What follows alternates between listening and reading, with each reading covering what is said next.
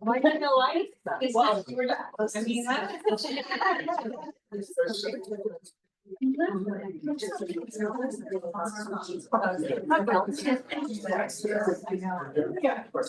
yes.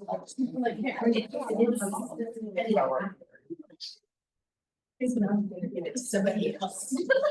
Okay,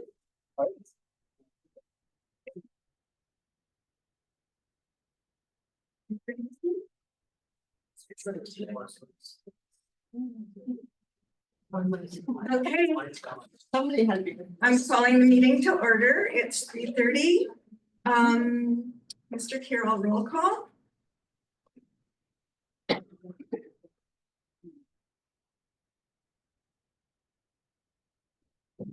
Marilyn Nemser, Here. Curtis Robinson, here. Patty Garbarino, Here.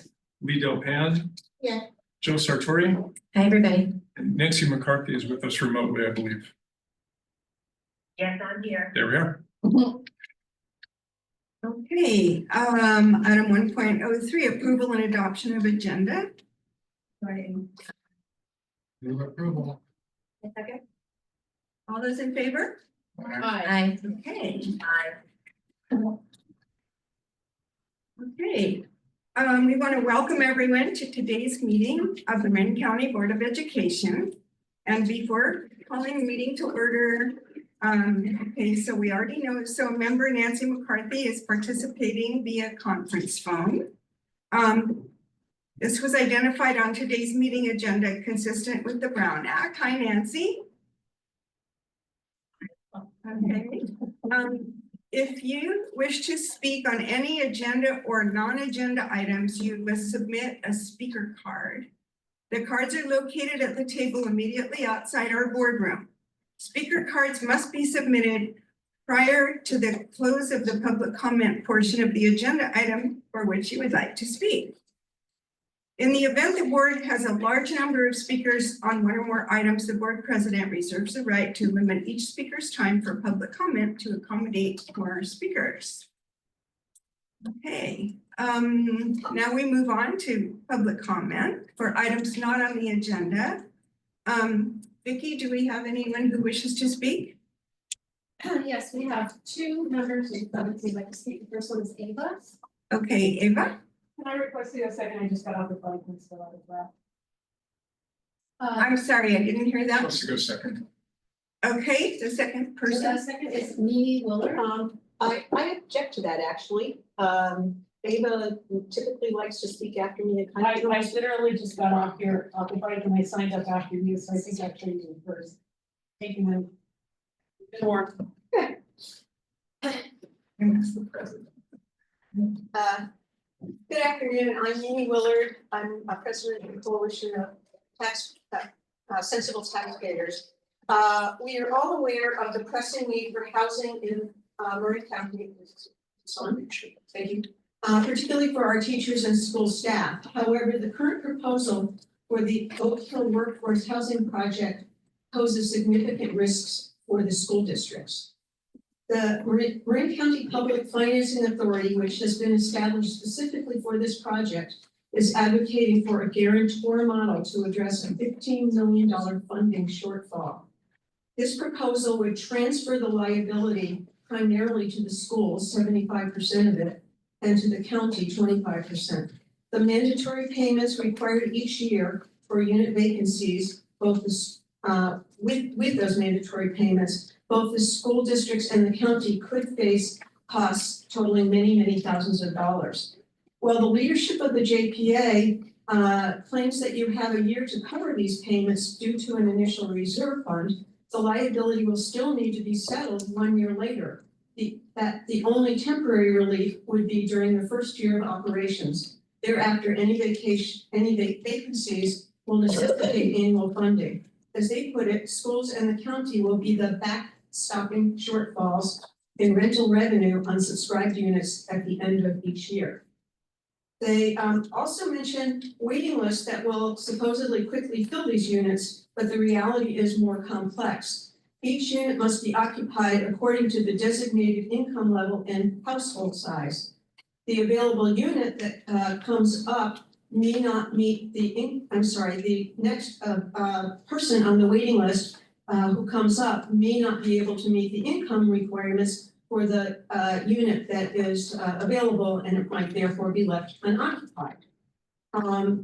The current proposal to place all financial risks on the schools and the county is irresponsible and unfairly burdens Marine schools, particularly alarmingly, and taxpayers. In this instance, Education Housing Partners will develop the property and receive a $5.9 million developer fee.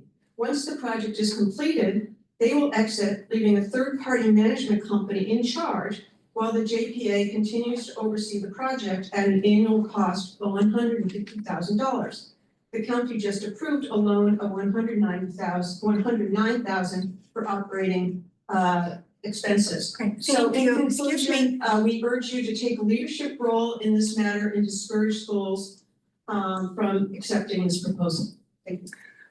Thank you. I apologize. I forgot to remind people of a few things, so I'll do that now before our next speaker. As a reminder, the Brown Act does not permit the board to engage in a discussion or answer a question about matters not on the agenda. And accordingly, members of the public should not expect the board to respond to concerns and questions raised during public comment. If a comment pertains to a personnel matter, we ask that members of the public go through the appropriate administrative channels. We urge members of the audience to keep in mind that we're an educational agency, and as such, we strive to be an example to our students. We ask members of the audience to express their views with civility and to respect the right of others to express divergent views. In the unlikely event the meeting becomes unruly, the board reserves the right to recess the meeting and return once order has been restored. Please observe your time limit of 2 minutes so that as many members of the public who wish to speak may be allowed to do so. Thank you. Okay, now we're caught up. Ava? Thank you, Marilyn. Thank you.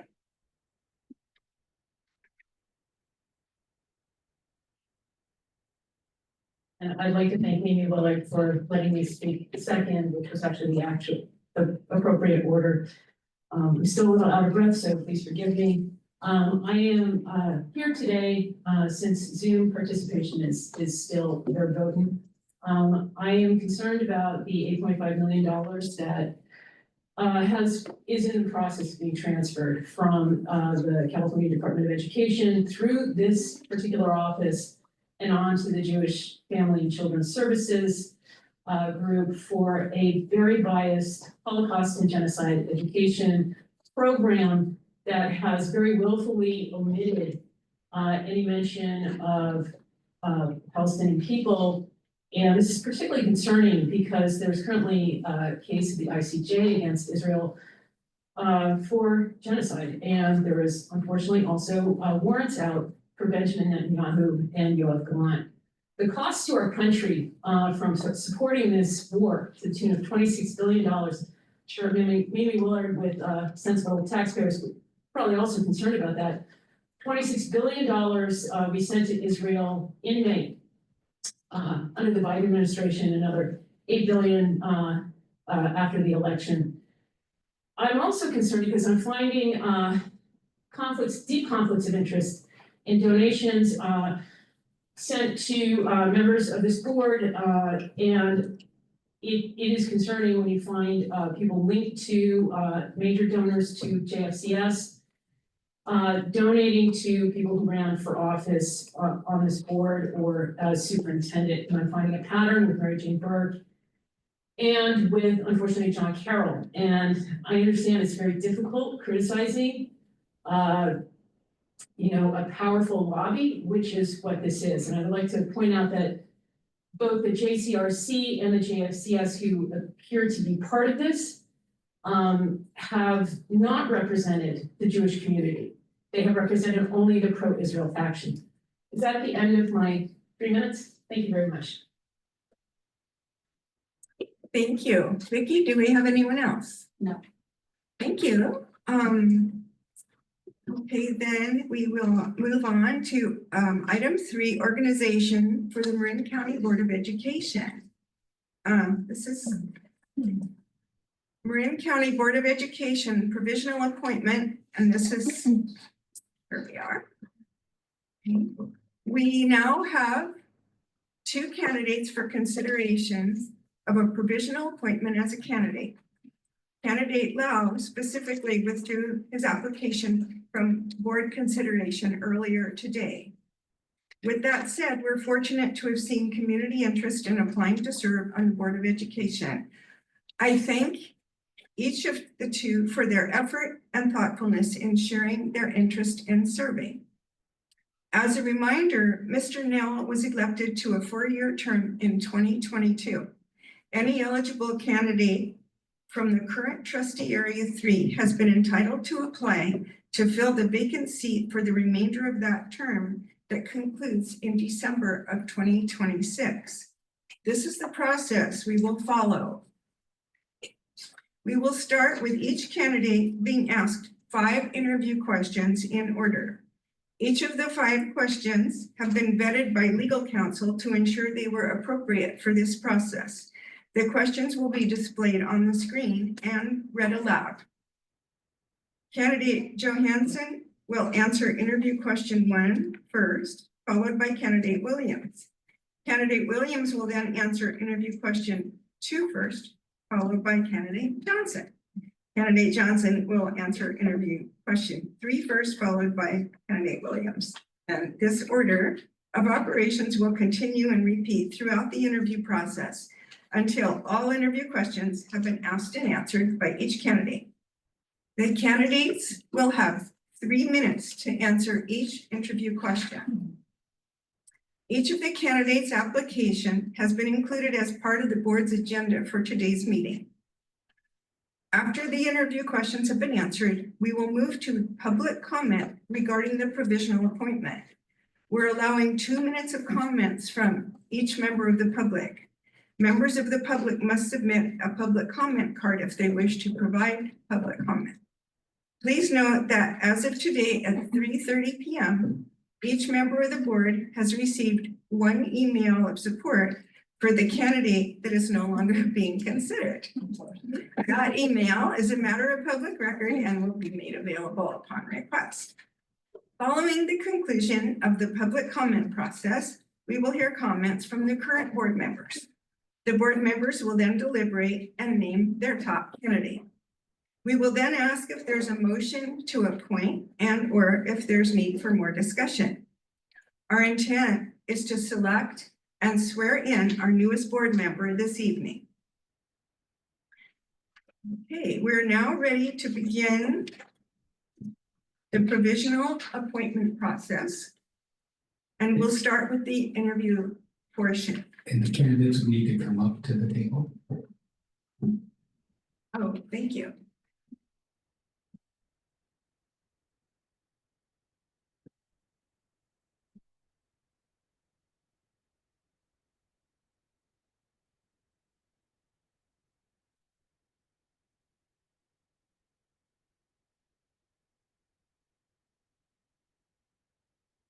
As a reminder, yes. You're good, I'm just man. Okay. As a reminder, each candidate will have the opportunity to answer 5 questions in a rotating order. We'll allow up to 3 minutes for each candidate to answer each interview question. A timer is visible on the wall over there to help with this process, and we'll move on to the next interview question if the 3 minutes expires. I remind my fellow board members that the interview questions are available in your meeting agenda. Does everyone have what they need? You should have also a paper on which to take notes. Okay. President, I just want to alert the candidates that we're not using that clock. We're using the clock in the bottom right-hand corner of the screen, and that's your 3 minutes. Thank you. Oh, okay. Thank you. Did you catch that? Okay. So I'll read the first question for candidate Johansson to answer. Okay. Oops. Where did it go? Tell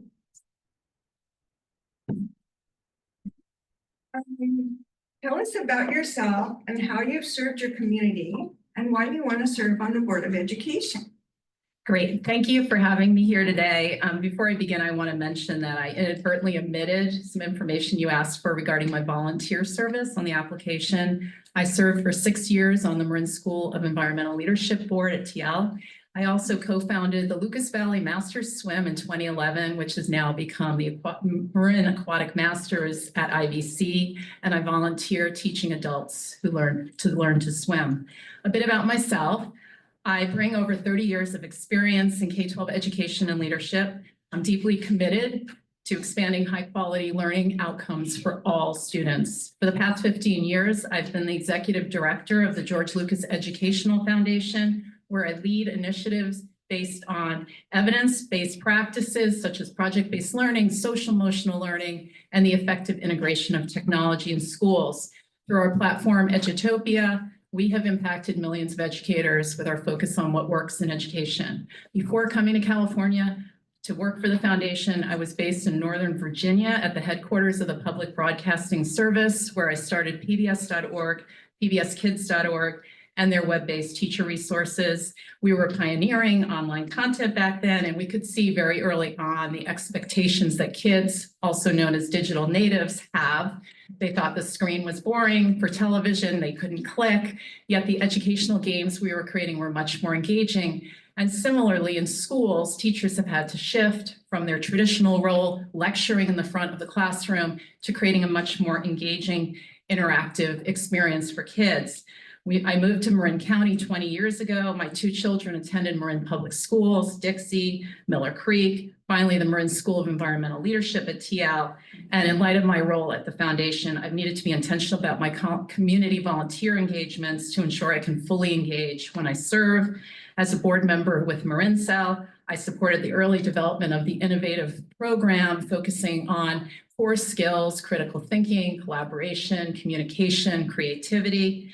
And additionally, I served on the Buck Institute of Education's board back when they required 50% of their board members to be coming from the county. And there I played a key role in their strategic planning and also in identifying the current executive director. I bring the same philosophy of focused commitment to my interest in serving on this board. With my children now grown, I can dedicate the time and energy to the role.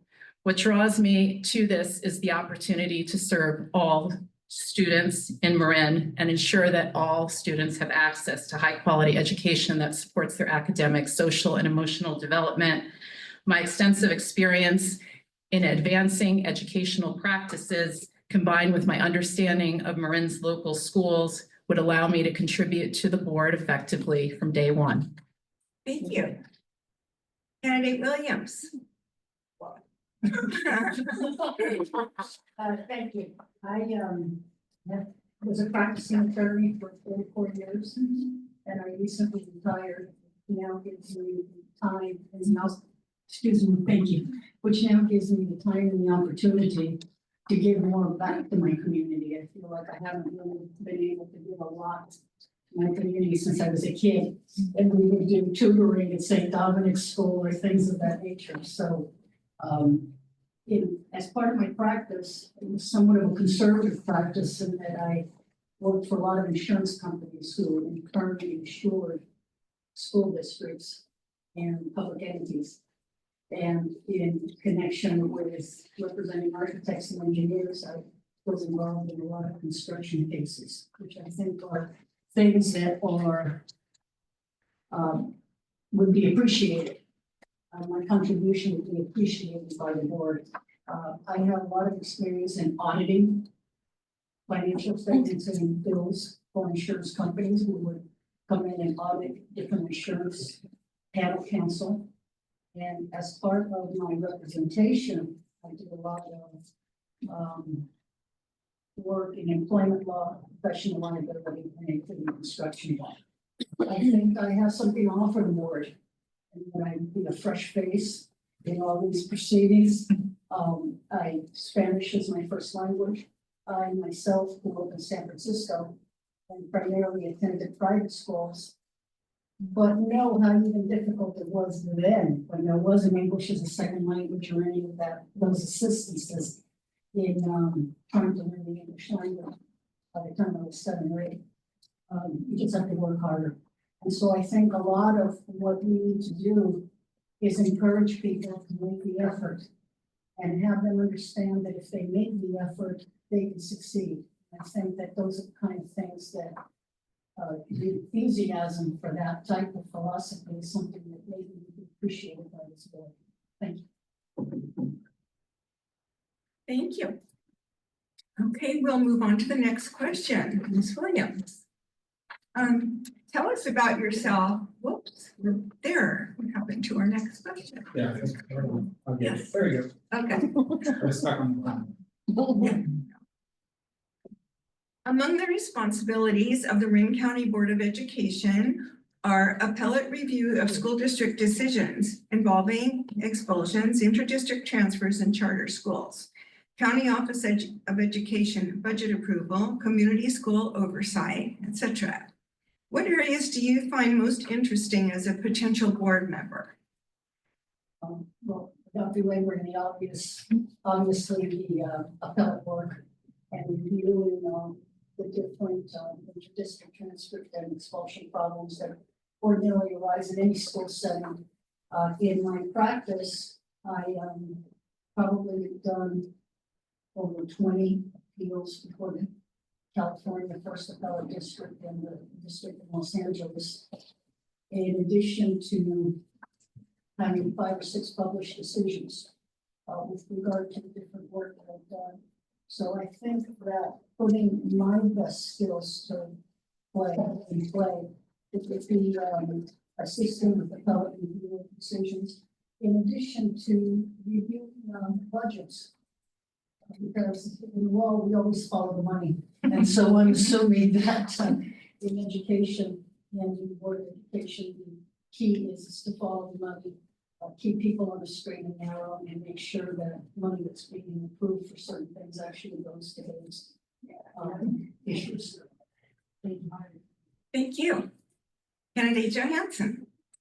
So while all of these responsibilities are crucial, honestly, what interests me is how they all work together in the support of the mission of the county Office of Education in supporting all students. When you look at inter-district transfers, for example, that requires carefully balancing the individual student's needs with what our policies and programs can support. Another example of budget oversight or the community school supervision is about ensuring our resources and programs can effectively support student needs. On the boards that I've been on, I've learned the importance of maintaining appropriate governance boundaries. I follow the principle of nose in, hands out, meaning that board members should be diligent in oversight and ask questions when things might smell a little funny. But that we should respect the expertise of the administrative staff who handle implementation. I'm excited to see how these various oversight responsibilities support student success, but ultimately the compass for me will be our mission. Thank you. Thank you. Okay, and candidate Johansson, joining the Marin County Board of Education as a trustee is a significant commitment. What steps will you take to ensure you will be, wait, did I just mess up? No, you're okay. Okay. What steps will you take to ensure you will be an effective member of the board?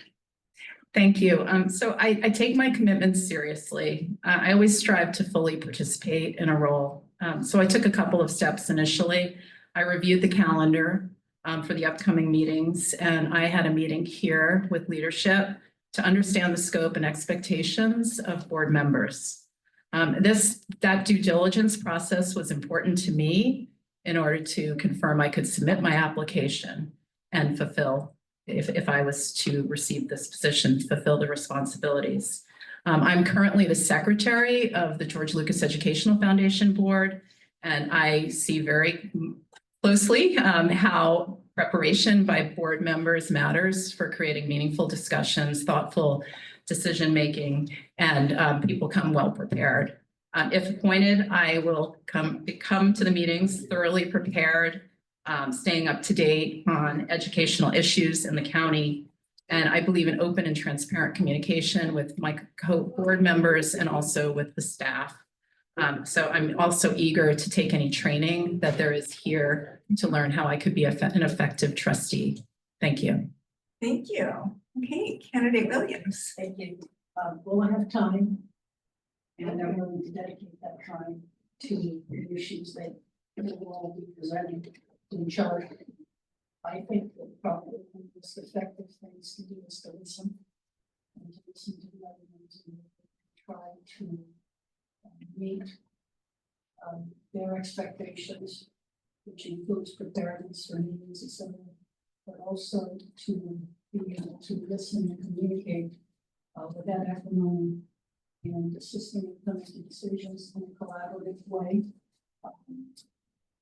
I've done a lot of that in my career. We did a lot of mediation, so we did a lot of interactions with different people. I think that preparation is always key. And I think with a combination of effort, preparation, and listening to others can help achieve what your mission is. Thank you. Thank you, candidate Williams. I'm going to ask you the next question, but could you move your mic, please, a little more towards your. Okay. Thank you. Thank you.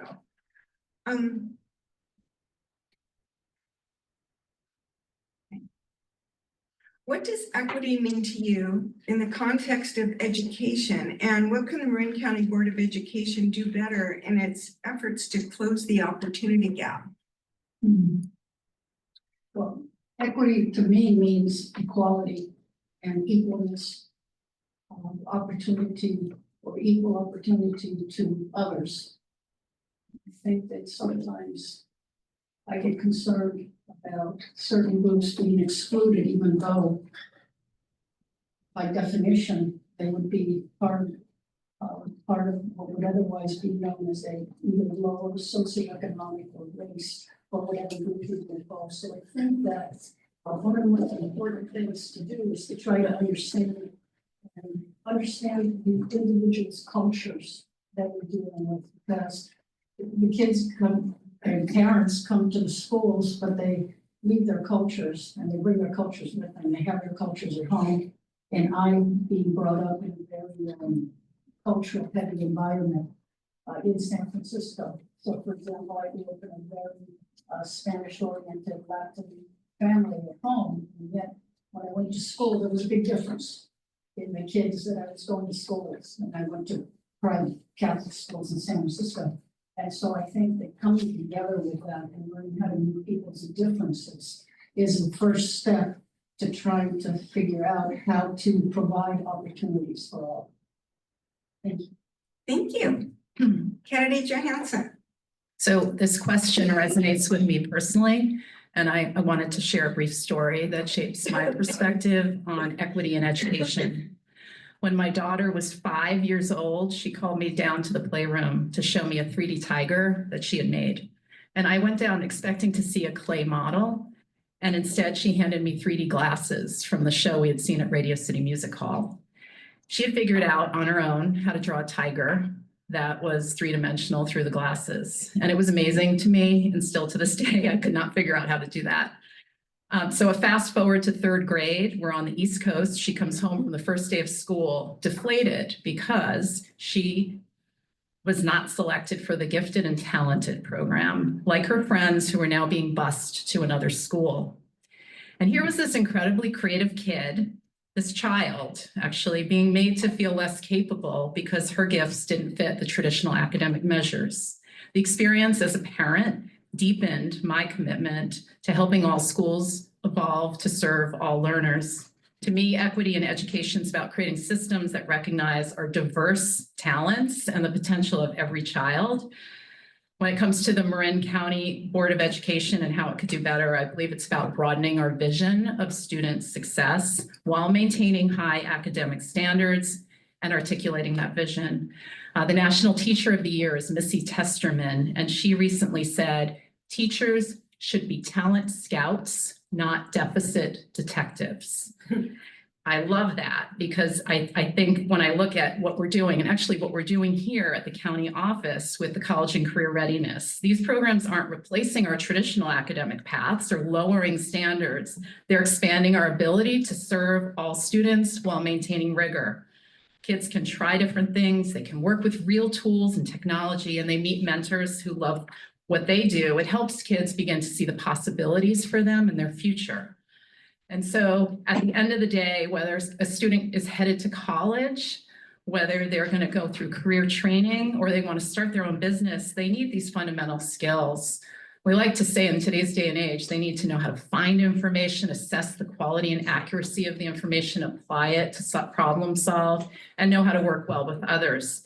But they also need a sense of purpose and direction. And when we help students discover these interests and strengths while they're still in school, and we show them there are many paths to success, that's when we're truly serving all learners and preparing them for the future. Thank you. And our last question, candidate Johansson, do you have any final comments? I just want to thank you for your consideration, and I really appreciated the questions and the opportunity to share my perspective. This board plays a really important role, and I thank you for all that you do. It would be an honor to serve and to contribute my experience to this work. Thank you.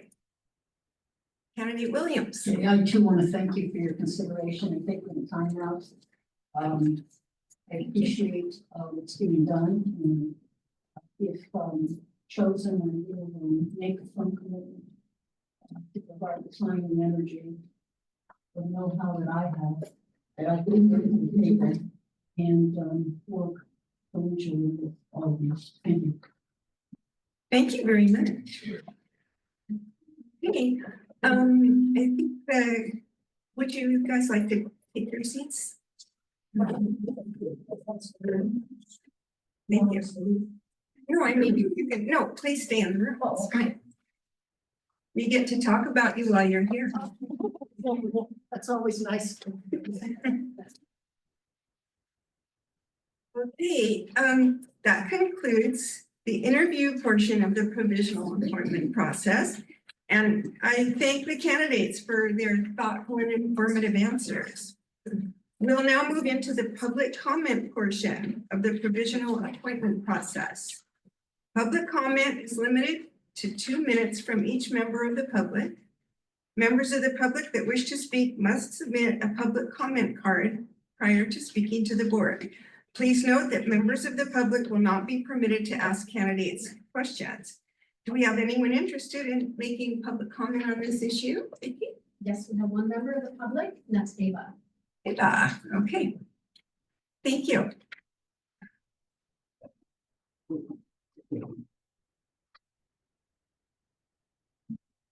Thank you very much. One of the questions I hope would have had more time is how the new prospective appointees would handle the matter of transparency. I'm relieved to know that this meeting is actually being recorded. And the next question is, will it be made available to the public? And I'm presuming it will be either on the website or via CPRA. But I pushed very hard for the board to make recordings and to open this up to Zoom. We're still not open to Zoom, and that's something that should happen. Once again, we have 2 appointees who represent a particular class, and I think, you know, anyone who wants to serve should be in the running. I do question whether the board has attempted to locate people who might come from other classes and might be able to convey some of the concerns of some of your most vulnerable students and the families to which they belong. And we've seen this is a problem in the county. We saw it, we're seeing it again at the county level with the sheriff's civilian oversight composition. It's again being strangled to leave out certain classes. And it's important before kids gradually get to that next level of being targeted by law enforcement as adults, that they have a board that has some familiarity with what they are dealing with intimately, in terms of what it's like to go out and be targeted simply because of the way you look, or simply because you are poor or working class. So I think that is something we should ask about composition, class composition, race composition, but also, how will the new board members treat transparency? Thank you. Thank you. Vicky, is there anybody else? No. Okay, thank you. Okay, the board members will now deliberate. So I will give the board a moment to collect their thoughts, and we'll move into deliberation. And I ask the board to share your thoughts. We'd like to begin the discussion. Thank you. Yeah, I'll just start by obviously thanking them both for the time commitment to just prepare for today's presentation. I see Miss Johansson, I don't see Miss Williams, but this is a note. There you are. Yeah, new prescription. Both of you have such unique gifts, and I'm not just pandering. I'm grateful that this community has so many wonderful people in it, but the two of you to rise up and put yourselves before a whole group of strangers and answer these questions is remarkable and laudable. And thank you very, very much on behalf of all the children that you will surely, no matter which one is selected today, positively affect. So I thank you very, very much. I was very much taken by Miss Johansson's background and your experience, and what you've done for the Lucas Valley community is also very, very great.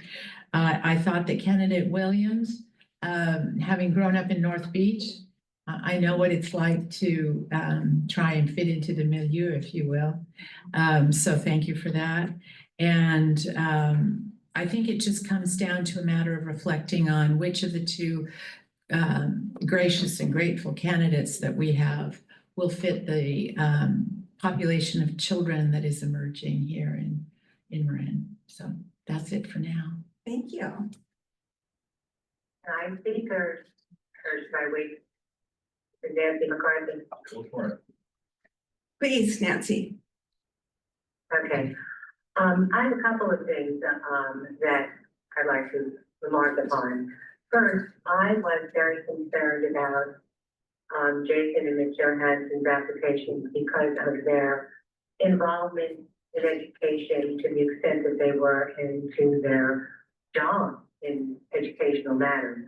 I was happy to see that Jason, who I know quite well, decided to do what I was going to suggest that he do, which is to run for the San Rafael School Board. And so I understand that he interviewed for that position and is now running for that office, and I would have the same recommendation to Ms. Johansson. What I'm looking at is what this board needs now and the qualifications of the person it needs now. It's not someone who is totally focused on school, education matters. It's somebody who does the things that this board does, which is a lot different than what the districts do. And I see in this time, someone with Ms. Williams' qualifications to be really important and very much money saving to this board. I was greatly disturbed to hear about the Oak Hill project and what is going on now and the effort to put the responsibility, financial responsibility on the schools as well as the county. I was disturbed when I read what's going on in Sacramento, in Santa Rosa, where they're putting $42 million into a construction project for teacher housing, and half of the units aren't even occupied by teachers, and they are having significant financial problems and cutting their school programs as a result of it. Ms. Williams' experience in construction law is critical to this board now. Instead of having to pay some lawyer $500 an hour to tell us what goes on with construction, to have somebody with her expertise for free to be able to comment on what we may be facing with the issues that are being presented by Oak Hill and all the other construction issues that are coming up for districts that are thinking about education, housing for teachers. We need to know what's going on. We cannot be in a position of being in the same hole that Santa Rosa is in. And for that major reason, I think she is important to this board. We need to pick somebody who can do what we need right now. But more importantly than that, I look at diversity, diversity, diversity. We don't have anyone on this board that I know of that is Spanish and that is Spanish speaking and fluent and whose family is from Guatemala. When we've got San LaSalle, that I think is over 50% English as a second language, we need somebody on this board who other people in the community can relate to, who can speak to. A large percentage of those individuals are from Guatemala. The fact that Elizabeth Lane is willing to come forward and to do this work now in her retirement, she's got the time available. She doesn't have a full-time job. And the fact that she's Spanish speaking and can relate to the large majority, certainly a large percentage of the students in all of the districts is to me very significant. I do feel that with respect to this board, unlike what the districts do, which is why Jason went there, and I believe Ms. Johansson should go and consider running for that position as well. This board deals with a lot of people, which is one of the reasons why I, and got it. And that is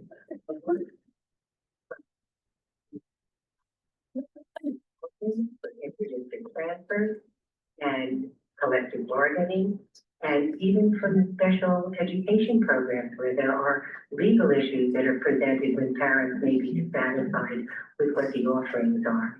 And very importantly is her focus on budget and being able to review financial materials. That is the main responsibility of the Board of Education, from my understanding is, and that is to be sure that schools can make it to the next year. And right now, we are seeing multiple school districts that are having serious problems. And Miller Creek had to give up a transitional kindergarten, so did Mill Valley. Now you've got Ross Valley that's having issues. We're gonna need somebody who can comment on, review, and know about budget.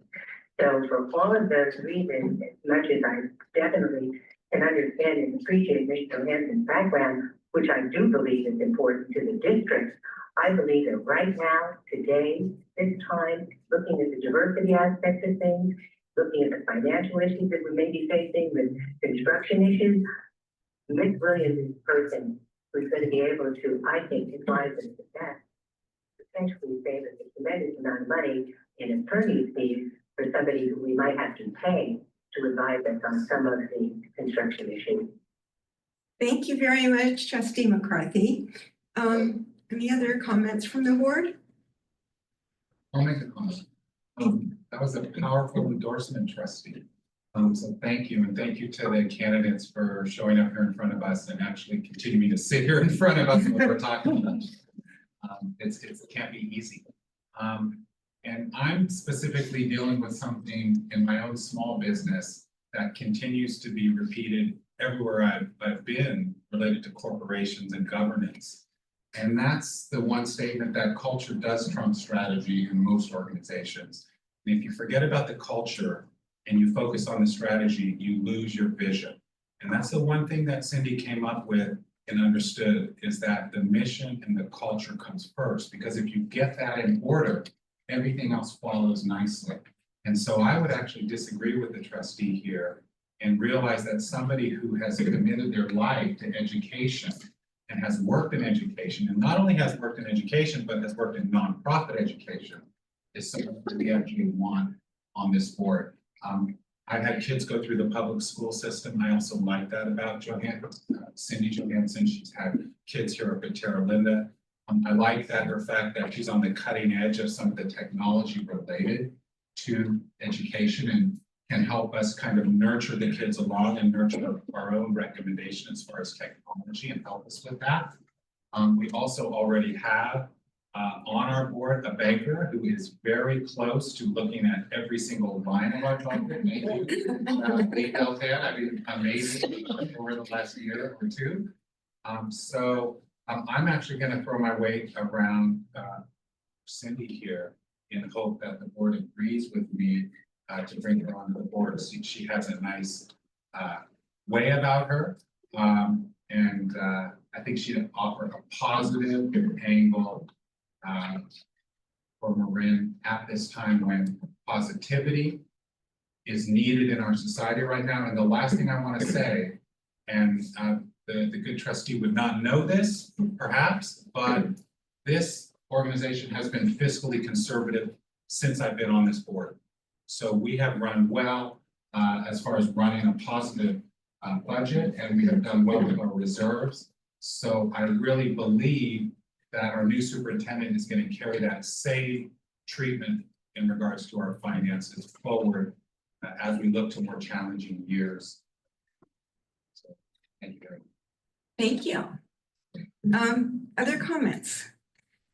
I also want to extend my thanks to the two candidates. When I first joined the Shoreline Unified School District, I had to go through that same process of an interview, sitting in front of a group of people. So I commend you. It's not easy, and you both did a really fine job. It's a hard decision that we're making with very limited information. But I think both of you bring different potentially bring potential strengths to the board. I'm happy to hear from the other trustees. So I haven't really made up my mind yet, and we can't ask any additional questions, is that right? Are we allowed to ask them additional questions? I think if we can't agree, at a point where we can't agree, then we can ask additional questions. Is that correct, Mr. Lance? I'm going to defer to council on that. Yeah, I don't think that the board discussed that ahead of time. I think there might be some risk with individual members asking questions that haven't been vetted by your board president, but I will defer to President Nemser. I don't see. Well, I would only suggest that we do ask the question, then both candidates get the opportunity to. Absolutely. Yes, I have no problem with it. Okay. I think the more information we have, the better. So the first question I wanted to ask is, Yeah, I guess. would you mind coming back up to the table? Thank you. Ms. Williams? I don't understand, so what has happened? Is there, are we going to be able to ask questions, or we're not going to be able to ask questions unless we can't agree? Nancy, yes, Trustee Sartori is asking a question, about to ask a question. So the candidates have taken their official seats again, and we're about to get the question. I wanted to ask if either of you have attended a MCOE board meeting before, and if so, when, and what did you learn that was interesting that it encouraged you to apply for the position? I have not. I have not either. Well, that was easy. Okay, since they're up there, maybe there's someone. Yes, is there anyone else who had a question while they're up there? I do have a question. Please. So, when I was running for the Marin County Office of Education, I had no really clear idea on the objectives of the county office and the school districts. I'd like to understand your idea of what you're running for vis-a-vis what the role would have been if you ran for the school district. So that's a great question. I mentioned I had been on the East Coast. I was in Northern Virginia, and when I moved to Marin, I was stunned that the size of the county had so many school districts compared to Northern Virginia, which had one. So that became a fascinating education in my work, and getting to know actually quite a few of the school leaders around the county about the differences in the county. And then having over the years worked with this county office and understanding the leadership role it plays kind of at a slightly higher level and actually bringing together through professional development or just uniting in a way the various boards in the county. So as the question you asked about the various roles, I understand that the role of this board is there's a very, an administrative level at that higher level than the actual school boards, that this is a very different kind of board. But and I feel like, while I haven't been to one of these meetings, I have been to this office through the years many times. I know several of the staff who work here and have a great deal of respect for them. And so I do feel like I'm not coming in expecting that this is the level of a school board, school district level board, if that helps. That's Okay, thank you. Thank you. Candidate Williams, do you have a? Just briefly, I guess I kind of view the role more as one of oversight. In that you have so many districts within your purview. I don't think that you're hands-on with regard to what's going on in the schools and the school district. I think that more than anything else, I was under the impression that we were, in a position of being in oversight and assuring that policies and procedures that were in place were executed, and the projects were seen through. I don't see us as policymakers and telling the district schools what to do, but more of an administrative way. Okay, thank you. Thank you. Thank you. I think right now we'll go back to board comments. The intent of. Let me know when we can ask, is this just the question period? So can I ask a question now or wait until? Okay, no, go ahead. It's a good time. Ms. Lilly, you mentioned that some experience with, legal experience with school districts or public entities in terms of your career.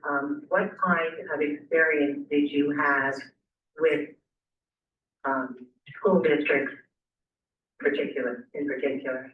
Well, years ago in the school districts, and there would be primarily employment or administration discrimination type of claims.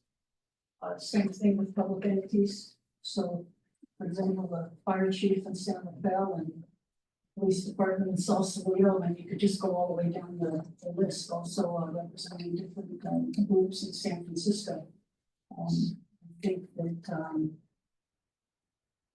more than anything else, it's learning the politics and learning how to communicate with the individuals that you're dealing with in order to get your point across and to come to a resolution. So my experience was as a lawyer in more of the litigation type of capacity, not policy. And could you just expand a bit upon what your construction litigation involved? I think almost all young insurance defense lawyers cut their teeth on construction defect cases, and then from there on, you can move on. You either move out of the area, or you can go on to represent design professionals, which is if you have an the iPhone. latter part of my practice was before I retired, representing architects and engineers, obviously dealing with construction projects. So My daughter, she's only 10. Was a college of Marin case. With the I guess went on for about 7 years, where some buildings were built and there was a dispute with the architects, and we litigated through that. So construction defect is unprofessional. Thank you. Are there any others? I'm so sorry. Yes. Curtis, I'm sorry. I just wanted to, did Cindy want to respond to any part of that question? Okay, No, thank no, you. Thank you. Thank you. Okay, thank you. Any other comments or questions from the board? I haven't provided my comment, but I also want to ask a question if I may be permitted to do so. Okay. Thank you. And I'm addressing this to Cindy. Mhm. Your qualifications, I think, are really impressive, but I wanted to find out what exactly you envision to bring into the County Board of Education based on your experience and your connections. You know, as I tried to say, I look at my experience. I'm a bit of a generalist when it comes to the board responsibilities or expertise, some of the examples you showed of what you're looking for with a board member. So I'm not going to say specifically it's legal or finance. I have been on several boards, and governance is the role of the board.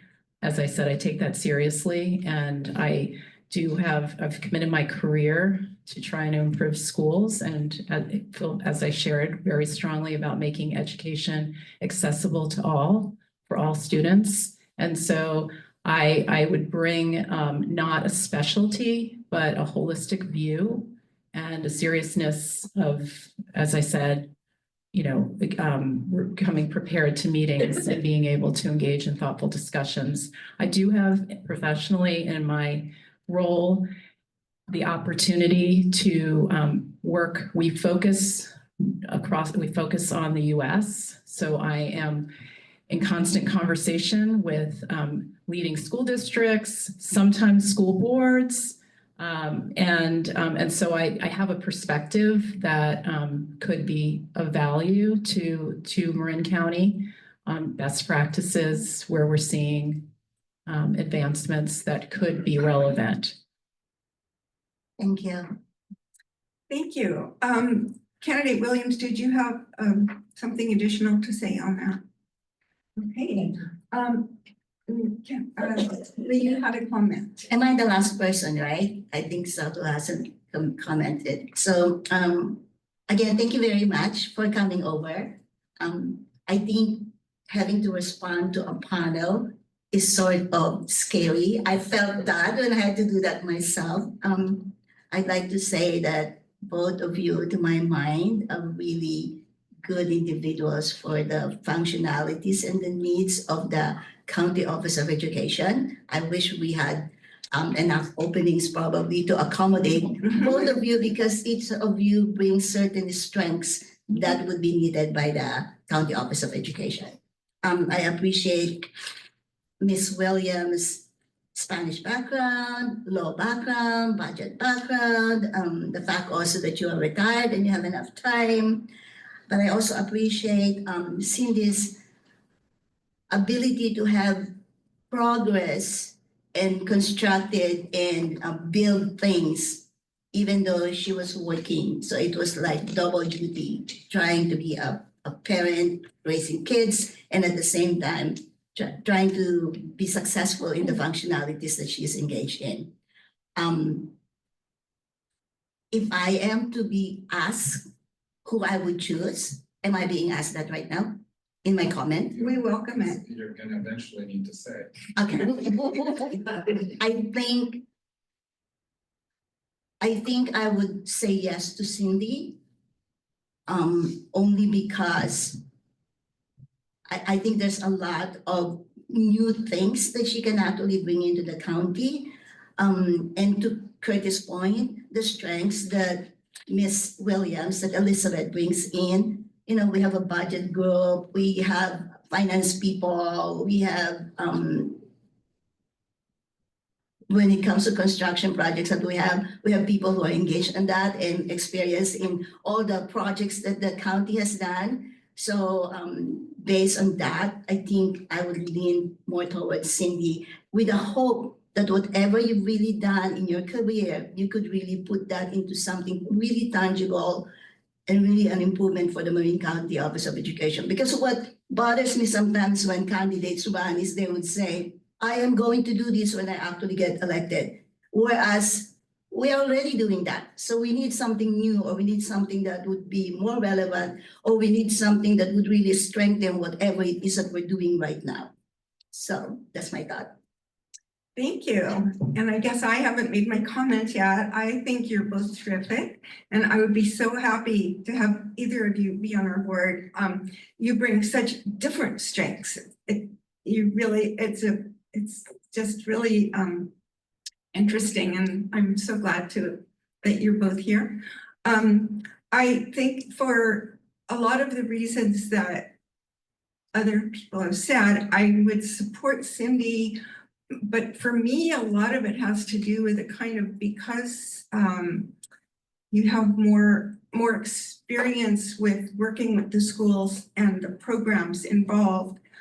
I think that just having an overall depth of understanding of what the county, the role of the county office and the school districts as separate entities is sometimes a very, very difficult thing for people to get. But I think I would support Cindy in this, and if we had two openings, I would select both of them, so I'm with that. So, are there any other comments, or do I hear a motion? I have a comment. Yes. I believe that it is remarkable that we would be turning down a diverse candidate when the majority of the issues, or certainly the students in the Standard South School District, are Spanish speaking. I don't see how we can be asking a question about equity and talking about diversity and not take an opportunity to select a diverse candidate. I guess I just don't understand that and how that's living up to the mission that I thought we were supporting for diversity, equity, and inclusion. And I'm surprised to see that this is the thinking of the board. I mean, talking about a drawing, done by a youngster, I don't see as meeting the equity question when we're talking about somebody who came into elementary school speaking only Spanish, which is the situation that a large majority of the children in the San Jose School District face. So I don't see how that squares with our mission at all in that regard. And I think we're leaving that aside entirely, which I'm concerned about. But in addition to that, having heard about the meeting that occurred a week and a half ago on the Oak Hill project, where the school is potentially being asked, school districts, or this board will be asked to support and guarantee millions of dollars on a construction facility, on a school facility in across in San Quentin. And we're talking about people on the board or people we can hire to help us get this information. To have somebody with her ability to construction knowledge now is what we need. I think that Cindy would be great for being on the school board like Jason has decided to do with her background and experience. But she has a full-time job for which she's paid a salary for a different educational institute. And I do not see how that does not present or potentially present some type of a conflict. If she were leaving that job and retiring and coming to work with this board, it would be another story. But I don't see how you can serve two masters. And I don't really know the difference between what her project and program is on Edutopia versus what the goals are of this board. But I do not see her still, in this regard, serving this board at this time versus potentially serving the district. And I don't see her election to this board as being meeting our diversity goals at all. Thank you. Any other board comments? Okay, do I hear a motion? Wait, I think Jill hasn't really made a decision or, Well, right? You had a question. it's not required that we, I've been listening to everybody's comments with an open mind, Okay. as well as listening to the candidates. she will vote. Okay. I appreciate all of the comments made by my colleagues and am again lauding you both for your time and your courage to come before us and listen to our zigzag of comments. I too would encourage, while I am ready to make a motion, I would encourage the candidate for whom I am not going to make the motion to continue to be a part of this community and make it even better than it is. So with that, I move to nominate Ms. Johansson for the provisional appointment to the Marin County Board of Education. I say that because my heart is also going to you, Elizabeth, and your work in diversity And you will do great things in this community with the time that you now have. And I apologize too, from the heart. So that's my motion. Thank you. Thank you. Do I hear a second? I'll be happy to second that. Hey. All those in favor? Is a roll call. Oh, is that a roll call? Okay. Mayor, Can't hear when the voting is right. I just want to be sure I'm voting against it. There's the same diversity reasons I've provided before, and I think it's great. it's, what happened is there's been a motion and a second to, approve Cindy Johansson. So no, it's a roll call vote. Marilyn Nemser, Yes. Curtis Robinson, Yes. Patty Garbarino, Yes. Lee Pan, Yes. Joe Sartori, Yes. Nancy McCarthy. No. Sorry, She voted no. she voted no. Okay, I couldn't hear. Okay, thank Okay, you. so the motion is passed. So with that motion, the board will take a short recess and Cindy Johansson will then be sworn in and seated following the break. Thanks to everyone and thank you so much, Elizabeth. We very much appreciate it. Thank you. Candidates, the most awkward job interview anyone ever. Thank you for going through it. President, do you want a 2-minute recess or a 5-minute recess? Well, the agenda is calling for 10. Is that too much? It's up to you, President. 5. Okay, let's do 10. Okay. We're good.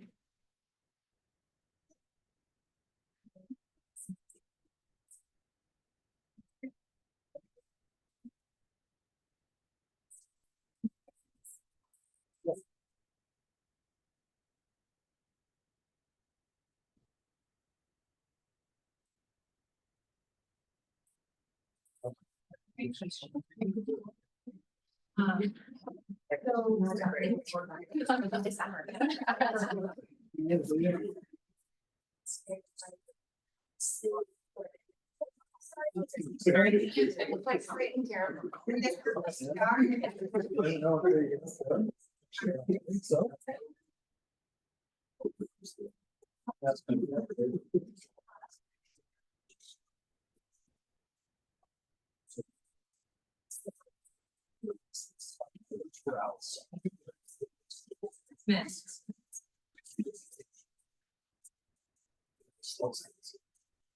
Okay.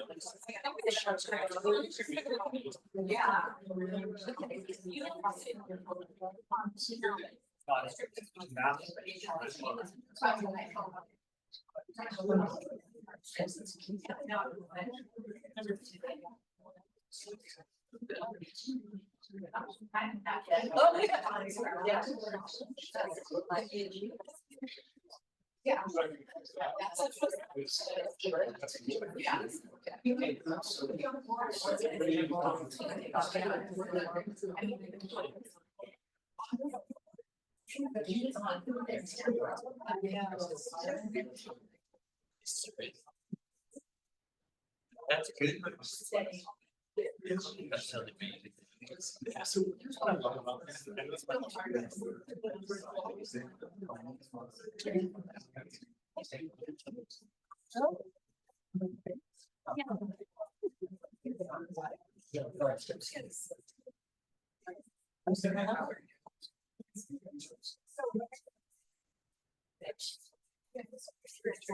I am. I mean, unless you do want to, I have to go there.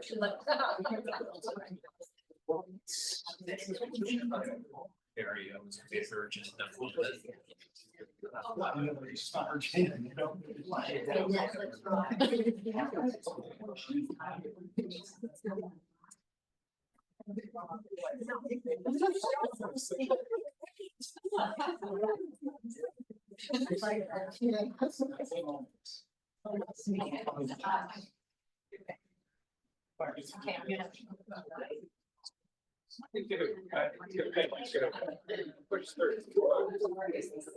I know they're so.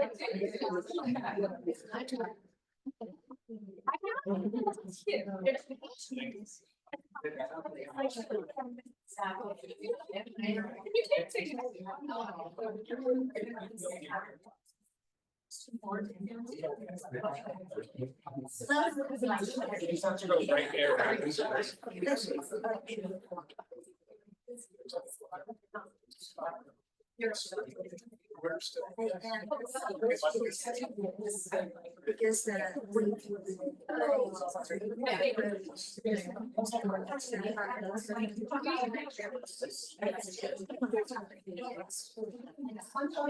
and then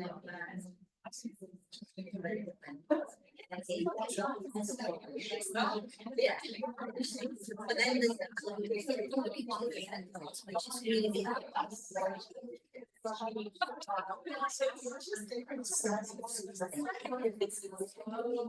whereas me, I'm really fresh on the energy.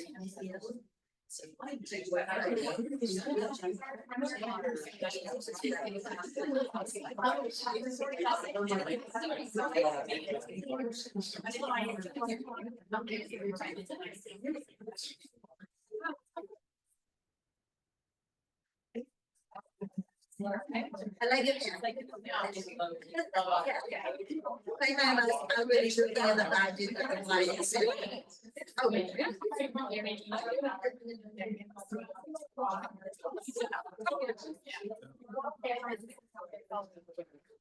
I'm really looking at the budget of compliance.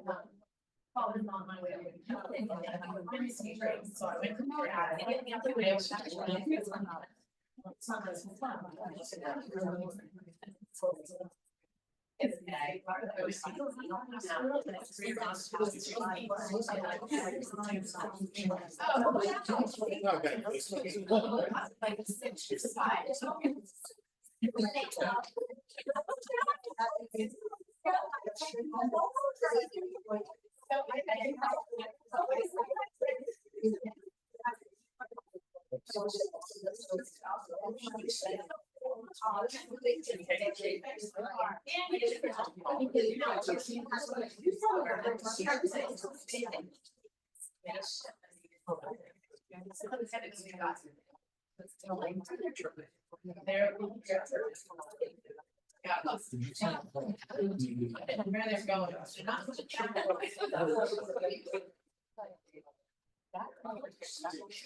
know.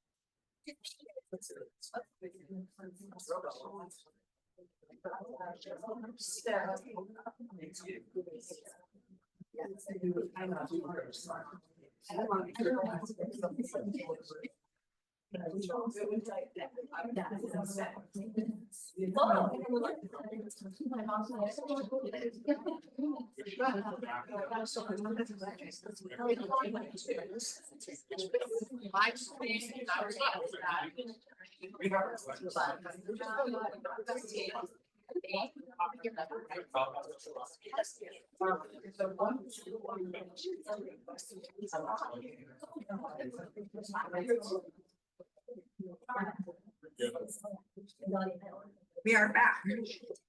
Whoops.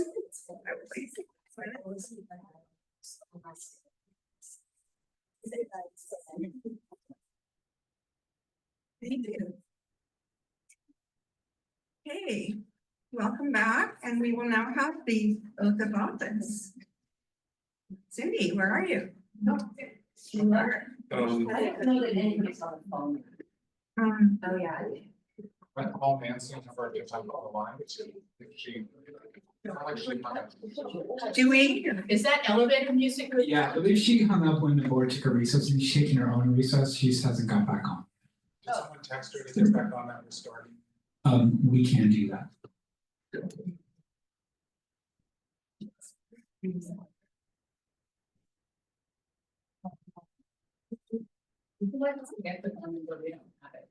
Oh.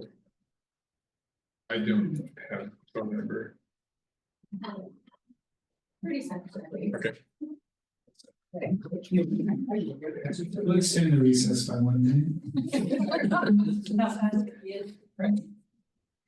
Amongst yourselves. We should.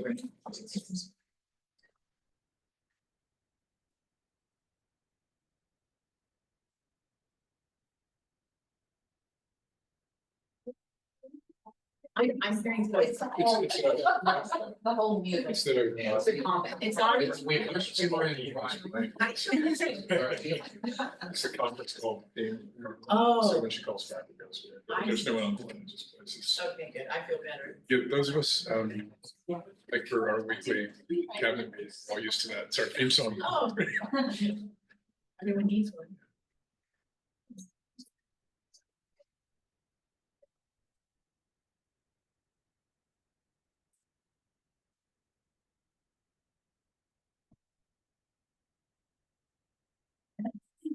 So you prefer to swear or affirm? Yes, I'll affirm. Yeah. Affirm rather than Yeah. swear. I'm also nervous. Choice. No. Anyone seen any good movies? No.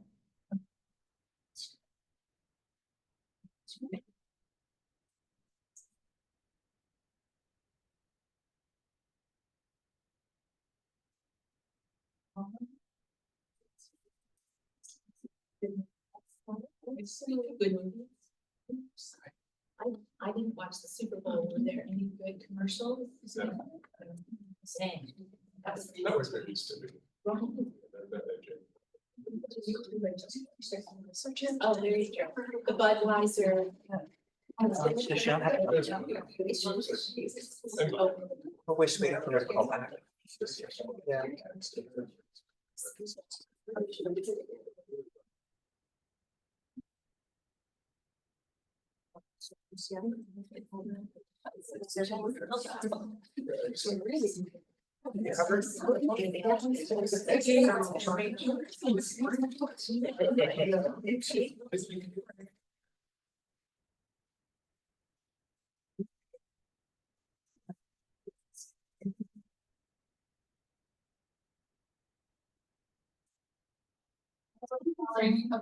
No, that's what she did. So she went to us. There's something. So, no.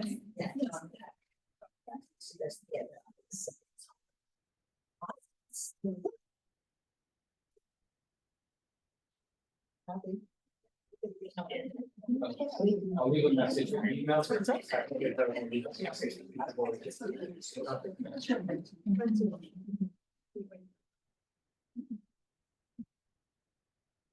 Finances, John, it's coordinated with education. Just call them.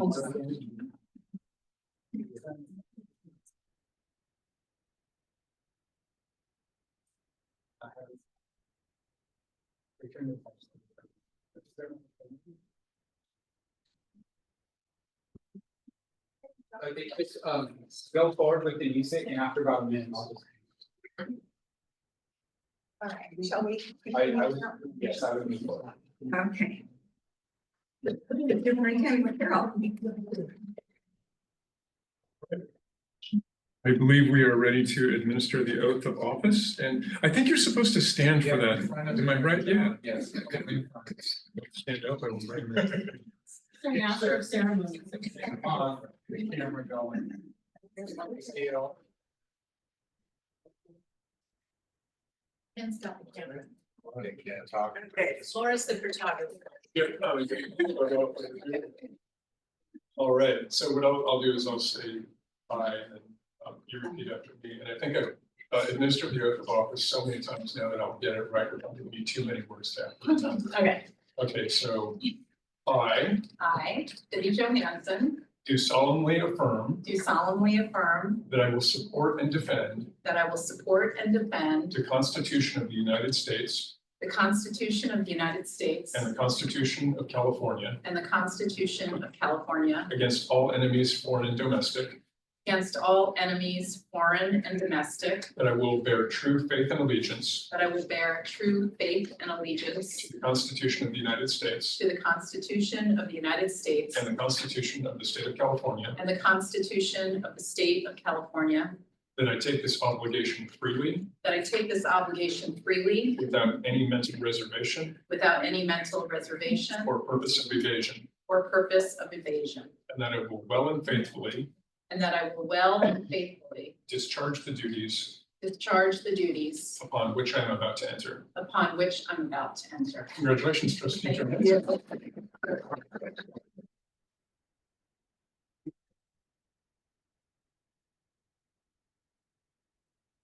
Welcome, trustee Johansson. Thank you. Okay.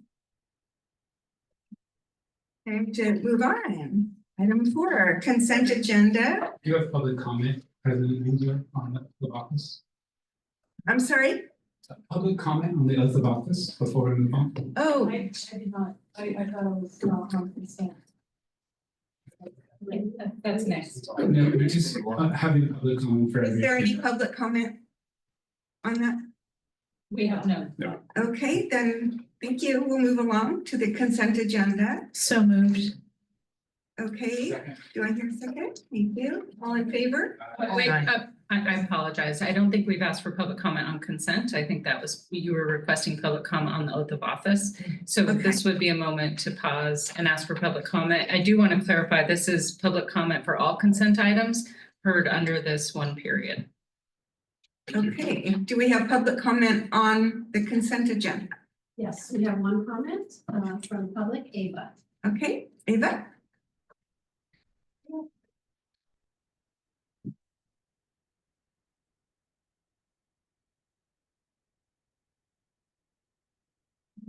So I'm going to point out that I think the minutes are incomplete, and that is on, I believe that's this portion of the agenda item. On page 2, you referred to public questions, comments. The following members of the public address the board. Mariana Stocking. Mariana Stocking very briefly made a comment about the need to expand the Zoom to public participation.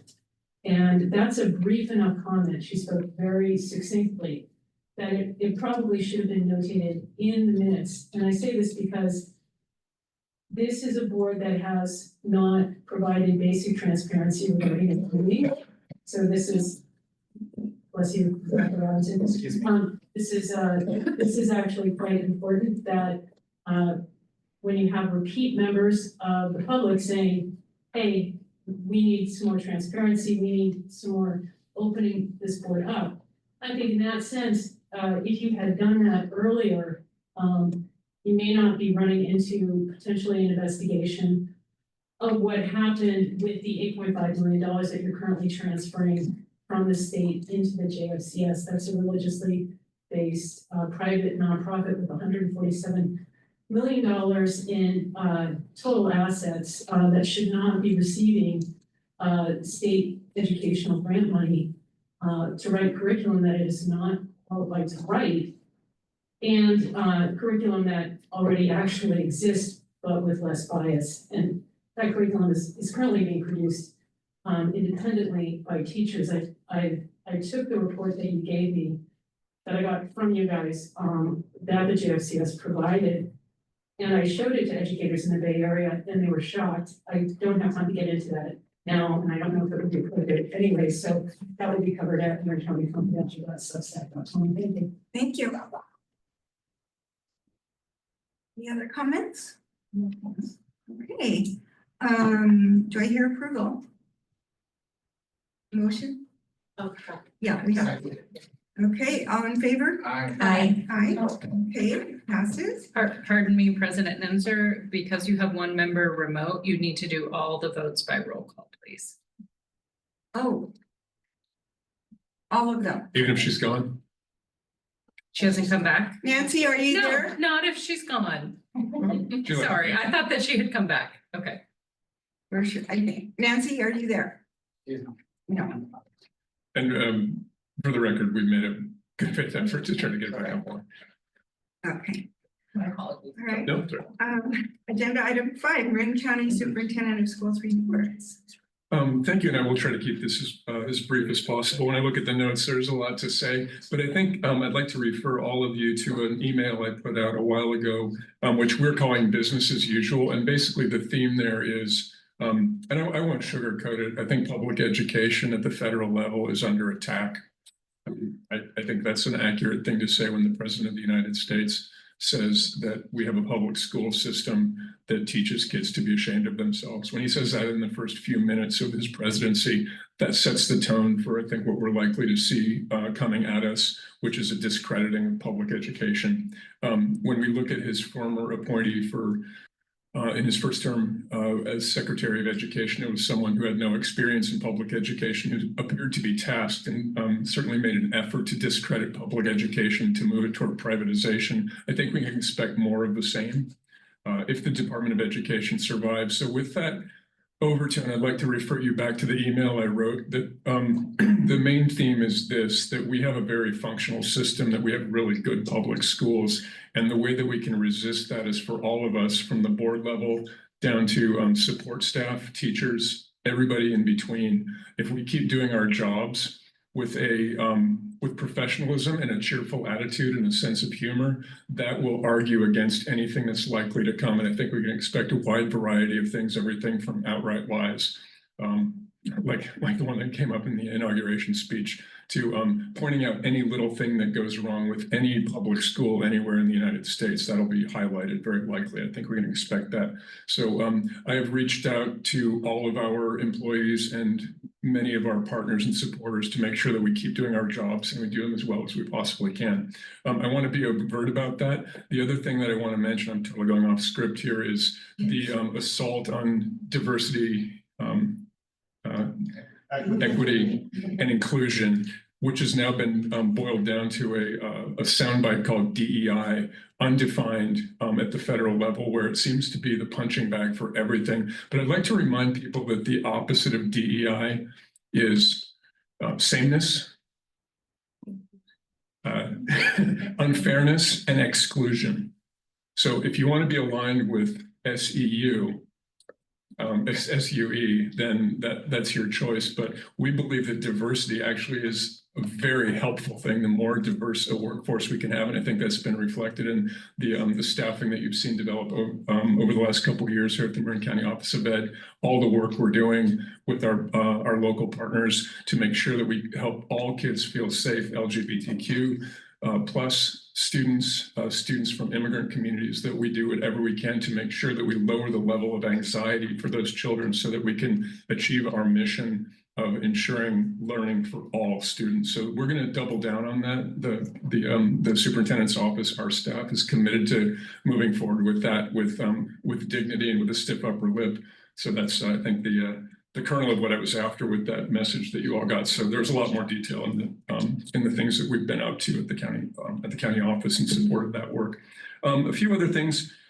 I think that's kind of the main thing. So I did want to express a couple of some appreciation for let's see, make sure I read it right. Dr. Lisa Miller, who's with us today, and Scott Ostendorf. Is Scott here tonight? Yeah. Scott. In the office listening in. Okay, oh good. Lisa and Scott, and I love this about the county office. There was no hesitation about their invitation to go support schools with mental health concerns in Southern California immediately after the fires. In fact, the fires were still burning. And I loved how there wasn't like, oh, we have this idea, maybe we should go help. It's like, we're going to do it, right? I'm like, of course we're going to do it. And got down there very quickly, sent our folks down there. We also enrolled as with a coalition of other school districts to provide whatever support we can for the schools in Southern California, some of which don't exist anymore because they burned to the ground. But we want to be helpful with all our colleagues in the South. Lastly, and this is happy news, you all know Danielle Hauk. She's been our attorney, but does she look any different today? She looks today not just like a regular old attorney, she looks like in-house general counsel. So school superintendents, when I was a district superintendent, this was common, and county superintendents do the same thing. We were always on the prowl to try to poach the best and the brightest out there. And I'm so thrilled that we were able to get Danielle to come work for us. And at the state superintendent's conference that I was just at, just to inflate your ego a little bit. I was telling people that, and they're like, "You what?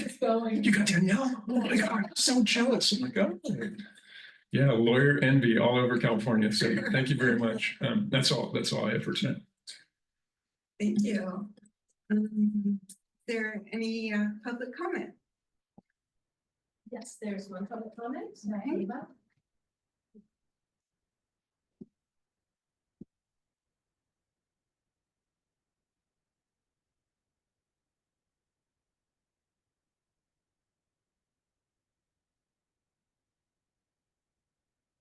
Thank you. With regard to Superintendent Carroll's comments, I do think there is a serious threat against education, and to suggest that any criticism of the Marin County Office of Education is somehow playing into that, I think would be a mistake. I do think that a large part of how we lost the election in November had to do with how many people were simply trying to be heard on a variety of issues that this very blue county, and by extension Democrats in general, refused to hear. You had a substantial ceasefire movement even in Marin County, and especially led by many younger Jewish students, and many older Jewish peace activists. The majority of Democrats, 80% of them, wanted a ceasefire, and that never came. Despite the ICC warrants and despite the ICJ case against Israel. So here we are now, and I would simply caution you not to turn this into a binary where we miss the point entirely again. Of course, we want to support the diversity, equity, and inclusion, but it would be dishonest for us to pretend that DEI ever delivered on its promises. It has mostly been performative. And the biggest recipients, the biggest beneficiaries of DEI have been white women. And this has been standard as with affirmative action. And so it becomes this political football. And unfortunately, we're just not being honest about what's happening. It is going to be a tumultuous 4 years if we make it through 4 years. But there's a reason we lost this election. It was narrow. So I urge the board not to turn it into a binary and to really listen to people you're supposed to serve. Thank you. Thank you. All right, item 5.02, mid-year local control and accountability plan, the LCAP report, and budget overview for parents. Laura Trahan, Katie Foster, and Bree Brown. John, you joining? No, you can. Great, thank you very much. Hi, good evening. Tonight we are going to talk to you about the mid-year LCAP update. This is an update to an LCAP that you have all already approved last June. So we'll provide you the update that it's referred to this. It will also include the budget overview for parents. So in your board packet, you receive the updated report with the goals, the actions, and the budgets on the actual template that we use as a team to determine where we are in our plan.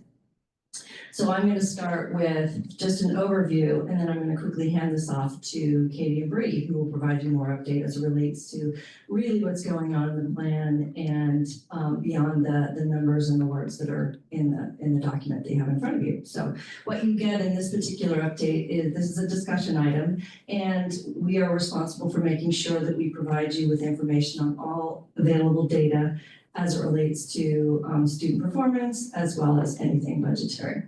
So with that, there we go. That was the purpose right there. So I'm going to hop over to that one and go to this one, hand it off to Katie. Hi, it's late and there are a lot of words on this PowerPoint, which is normally not what I like to do. So I apologize, and I'm going to sort of go quickly, but if there are any questions, please feel free to stop.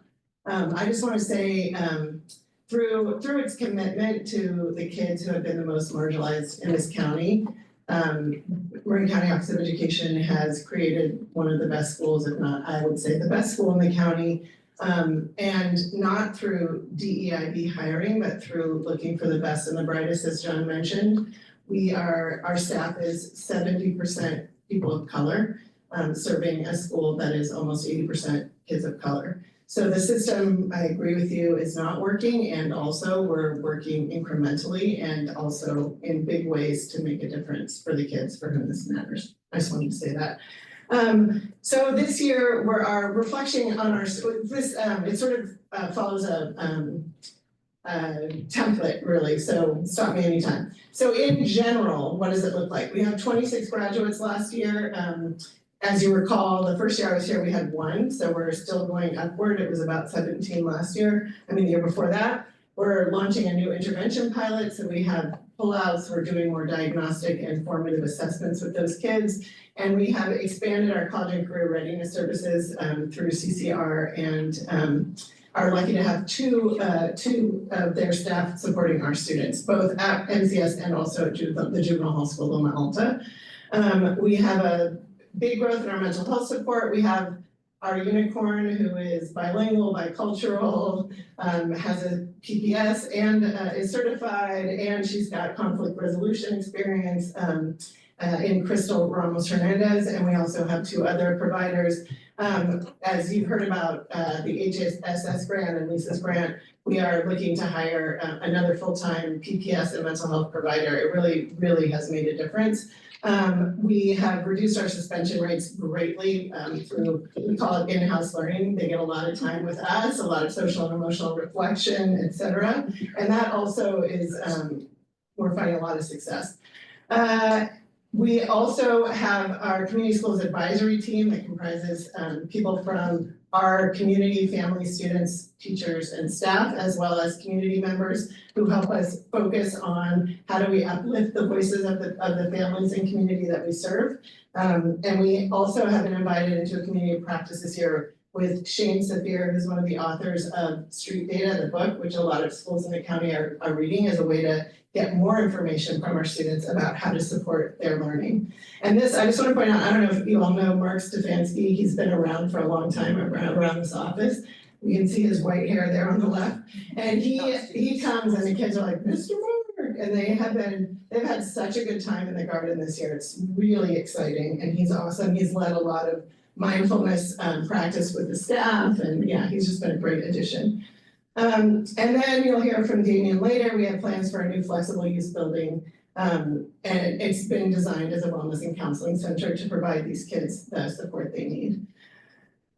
This picture is at Walker Creek. It's my favorite day of the year. We just get to go play.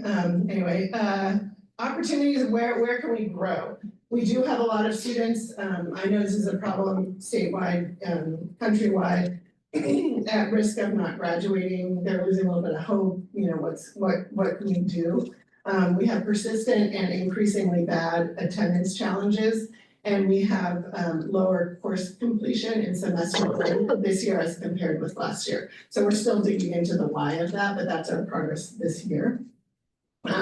Very high social and emotional needs. We have ongoing community tensions, which you all hear about all the time. When those kids get expelled or sort of leave their other schools and they're on our small campus together, so that continues to be a challenge for us. And we have Oracle Independent Study, which is 1 hour, one day a week, and then we have our 5-day-a-week program, and we have been spending this year exploring a wider continuum of services, how to offer flexible, hybrid, et cetera, which is really, we have increasing demand across the county for that type of a school.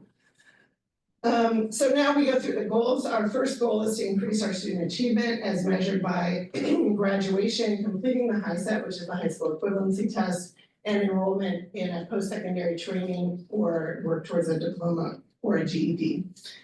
So we have some kids co-enrolled in college courses. We had one student just finish 2 college courses last semester, and 50% of our students participated in at least one CCR event. We have better ways of collecting data around this now, which you will see in our June report. Our opportunity, so our focus this year is we have this chunk of students, and you can see it on the graph. You can actually name the students. It's 11 of them who come every day or almost every day and are not making progress towards graduation. They earn 5 credits, or they're there, but they're disengaged in class and they're disengaged from the school. So that's our focus this year, because if we can get those kids, we feel like we can get anybody. Our second goal is to increase agency and self-advocacy by helping establish a system of responsive and supportive care. As you all have heard over the years, really assets focused. What are the students bringing to us, and then how do we help them build on that? So our highlights are, again, our community schools work has been amazing in setting up the practices and processes to elevate student voice. You've already heard about our mental health support. We have 79.4% of our students in our survey report that they feel a deep sense of belonging at our school. We have a new food program this year, which the kids advocated for. It's really, really popular. You'll be hearing more about that later. There's some opportunities related to that as well. And we have had 7 field trips this semester already, which is awesome. Our opportunity is really in addressing this chronic absenteeism. As a school that is by design comprised of students who have attendance issues, we've always been very high in chronic absenteeism. but generally it's around 40%, and so this last quarter it was 62%. The definition is that you're absent from school more than 20% of the time. So that's always a push, but it's a more important push these days. And then continuing to enhance, we have now 4 parents on our parent advisory board, so we're enhancing that work as well.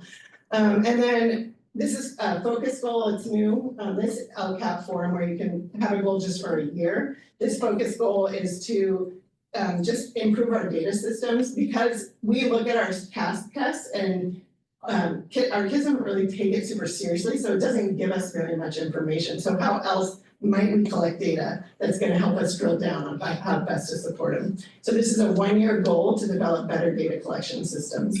And learn how to better use our ARIES, our SIS that we use right now to help with that work. We also have an equity multiplier goal. Equity multiplier is state funding to build the learning of students who are most underserved by the system. And our focus is to build a more intensive intervention program in literacy and math. As I said about goal 1, we are in a pilot program right now where we're doing the literacy intervention, and in addition to that, Iris Garcia, who's the person heading that, is also pushing in with teachers to develop literacy, intentional literacy, which means measuring diagnostic, measuring success within our 4 classes as well. So that's well underway, and our highlights, I just said it, and our opportunities would be to bring that same into our Loma Alta school. It's really difficult. We have only 4 students there now. 1 got out today, 1 will be there for 3 months, and we'll have another one come in for 2 days. So just trying to balance that out and figuring out how to best intervene as quickly as possible and with those kids who are with us for such a short time. And goal 5 is The county office LCAP is a little different than districts in that it really only takes on just a portion of the total programs that we get to operate. One of the sidebars of what we need to include in our county office LCAP is the services that we provide on behalf of foster youth as well as expelled youth. So goal 5 is really focusing primarily on the responsibility that we do on behalf of districts. So, and again, the highlights for this, we're not a direct service provider per se, but what we do get to do is provide a lot of really great professional development and ongoing monitoring of a foster youth in schools. So there's a weekly upload of foster youth that move around the state and a database that my staff pays attention to and then communicates with social services as well as districts when kids come and go. Also connecting families to services, a big part of what the responsibility is when foster youth and homeless to that end come to our attention, we're able to provide them with the services that they are entitled to. And that ranges in from housing to counseling and a number of things. There's also, we have some provision in code where we are able to provide some direct services with the permission of districts. And right now what that service looks like, it comes in the form of student tutoring as well as student support for helping students in foster care with post-secondary goals. So in the foster system, as soon as you're 18, you get to be an adult and all of that comes with it. So 10,000 Degrees is doing some work with students and helping them get prepared for that. And then the opportunities is that we'll be creating a countywide transportation plan, which really deals with getting students from their school to their district of residence to the school that they may be attending. It's a little bit more complicated than that, for lack of saying to that. And so there's a plan that actually is put into place where the county government and schools come together and really agree upon how to get kids to school. The other thing would be, we are a county of 17 districts, and so the role of the foster youth liaison in a district may also be the acting superintendent, it might be the special ed director, it might be a number of different things. And so the competing priorities for a lot of these people to stay current and be educated, and so we work a lot to try and mitigate that those challenges for them. And now here's Bree. Hello. For those of you online, I'm Bree Brown. I'm the Assistant Superintendent of Business Services here for the Marin County Office of Education and for also the new people. Bottom line, you've got all of this in your packet, so I'm not gonna go line by line, but at this point in time, we just remind you what we had originally stated at budget, and we update it for what was presented at first interim for total LCFF and revenue.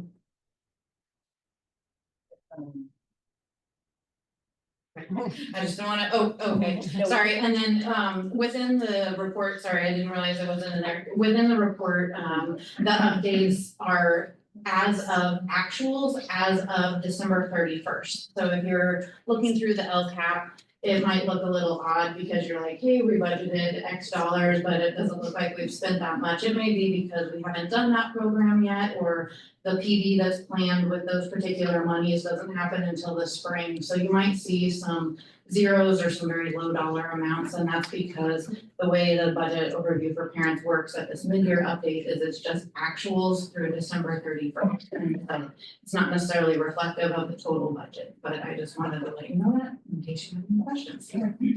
Really quickly, just really quickly, the idea behind the mid-year update is that it allows us the chance to see, do we need to course correct? Or are we going the right direction, or should we jump this one and do it again in a different way? So this really gives us a nice touch point, as much work as it is to put it together. It really makes so much sense, and it really helps us at the end of the year as we get to think about these decisions that might be looming.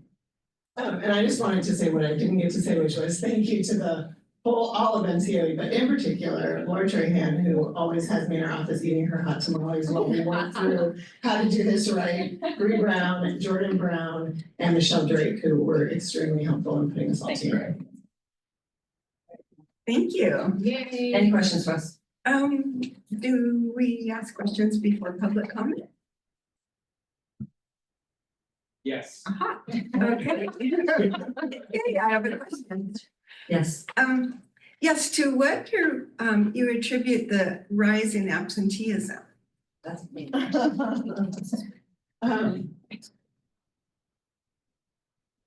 million things. I would say since the pandemic, we never really recovered. People got used to being at home. I think that is increased economic stress and family stresses that keep people at home to support what's going on at home. I also think, and this is a super non-hot take, and I cannot believe I'm saying this because this is not, feels like it goes against my core values, but they decriminalized truancy. And so we do have a county SARB, and it's not for everybody, and it was misused, and it had become a pipeline in a lot of places for Black and brown kids to go get in trouble. However, for some families, having to face a judge and then, the possibility of being on probation was incentive to get to school. And it's wonderful that the kids have been decriminalized, but I think an unintended consequence of that has been, there's not a lot of teeth behind our compulsory education right now, and there's so many competing things for kids' time and attention. That's my big picture today. Thank you. Are there any other questions from the board? Great job. Thank you. Thank you, wow. Amazing. Yes, I think a round of applause. I think so. Okay, is there any public comment? Yes, we have one, public comment from Ava.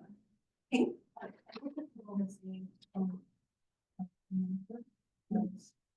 This is 5.02. Oh, so you're taking on. No comment. No comment. Okay. 5.03, report on the Ross Valley Charter School oversight. Bree Brown. Hello again. So I'm gonna switch to the quarterly update. Before I go into the quarterly update numbers, I just wanted to let you know that like we do for all districts in the county under AB 1200 as oversight agency for the Ross Valley Charter, we also and sponsoring agency really for the Ross Valley Charter, we take in the interim and budget reports, and then we do a thorough review And then we provide them with a letter. So I just wanted to kind of update you on some key elements of the letter that we provided them on their first interim, which was handed out to them on January 15th. Two primary elements that we've asked them to provide. We've asked them to provide us some additional information about their cash because they have decided the current agency that's providing them some temporary loans has decided to exit the business of cash loans, and so we are now requiring that they provide us with whoever their new vendor is going to be by March 31st. And so that is kind of a big thing for Ross Valley Charter. It is very, very common for charter schools to take out temporary loans. That's how charter schools get their money, because everything is based on their ADA, their current year ADA. And so that's a very common practice, but it's important through our oversight to make sure that we're monitoring that and we're making sure that they have the available funding to maintain their programs. So, but quickly, part of the quarterly update is going to provide the next page here. Just provides some attendance and enrollment numbers. The attendance is in the grade level, and enrollment is on the total column. We've provided you before the day 1, 6, and 20, and so we just added a new line for the first interim, which were budgeted numbers. And then we did have an update from the charter school. I believe it was February 10th was the date of the newest check, and they're up overall 8 ADA, which is an improvement from what they had originally projected. And then also key critical information based on their first interim report in December, their fundraising to date. They have budgeted approximately $280,000 in fundraising. They've raised approximately $116,000, which leaves them at about 42% of their goals as of December. And so we will be monitoring this when we receive their second interim report in March, on March 15th, and we will be again doing a thorough review and issuing them a review letter as of April 15th. That we will again be bringing back to you with an update. Thank you. The board have any questions?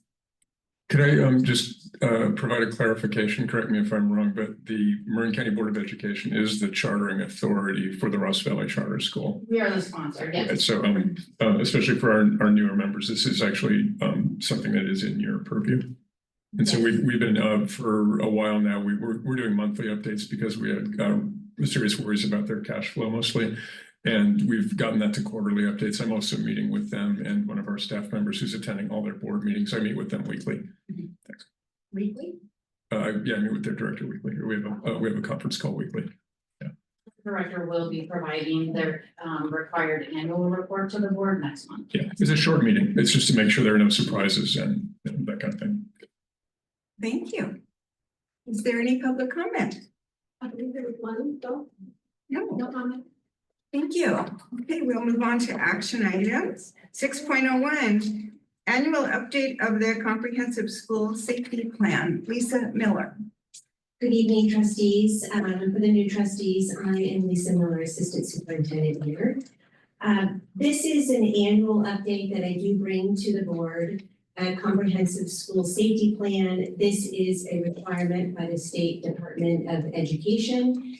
The plan that you have in your packet reflects the MCBE sponsored campuses. So this is not a safety plan on behalf of all the districts in the county. This is specific to those sites that MCBE has authority over. Having an annual plan updated has been in law for decades.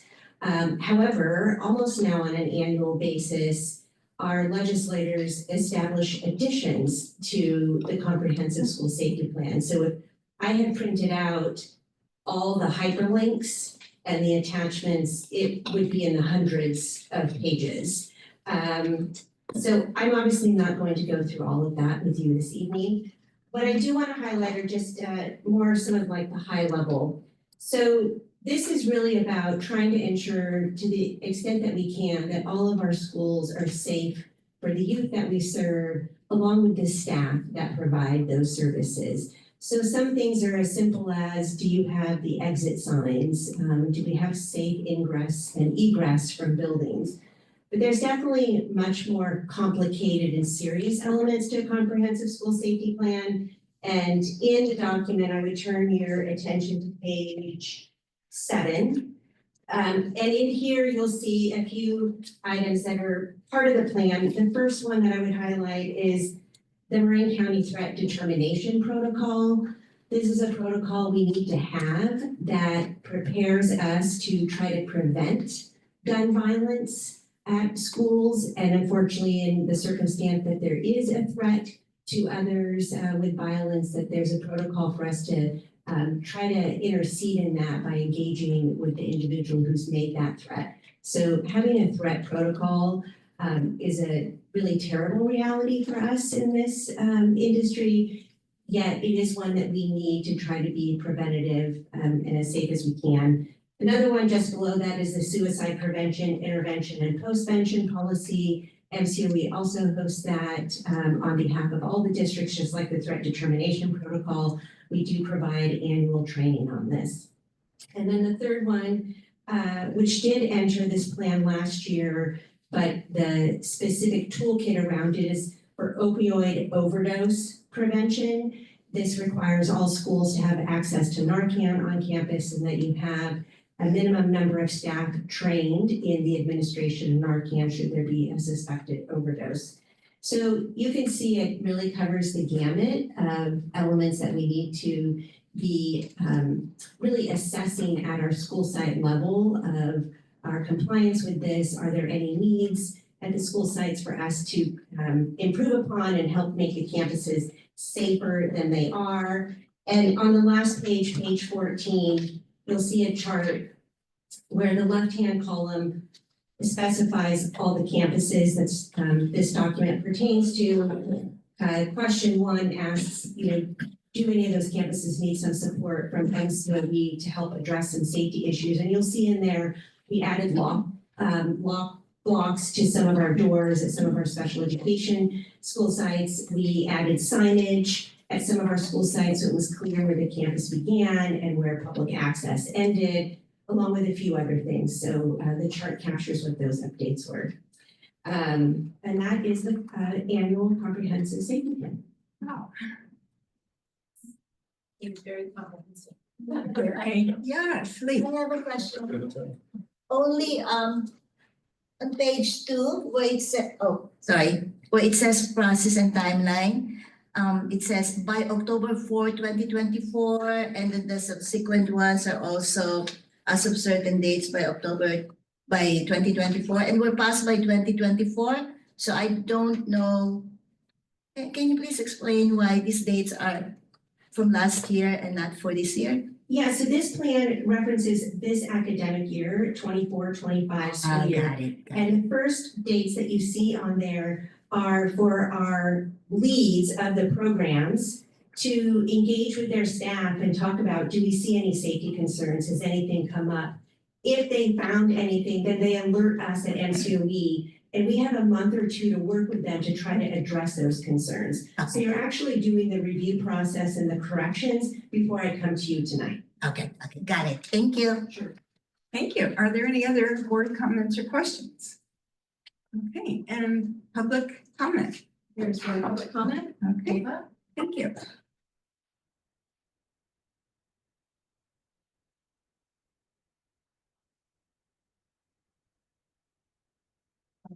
Thank you very much. I got a text from someone who was watching on Zoom and they had a question. I guess this is possibly the right time to bring it in. They would like to participate in Zoom, but they can't since it's blocked. They thought with regard to school safety, they wanted to know about whether ICE was allowed to go into schools. And so I thought maybe that is something that should actually, even though I know you've had previous discussions about how you were preparing for this, and I respect that. But with regard to ICE, maybe that should now be a consideration within school safety, since that, so that question is out there, and I would prefer that they could ask it themselves, but I got the text, so relaying it to you. Thank you.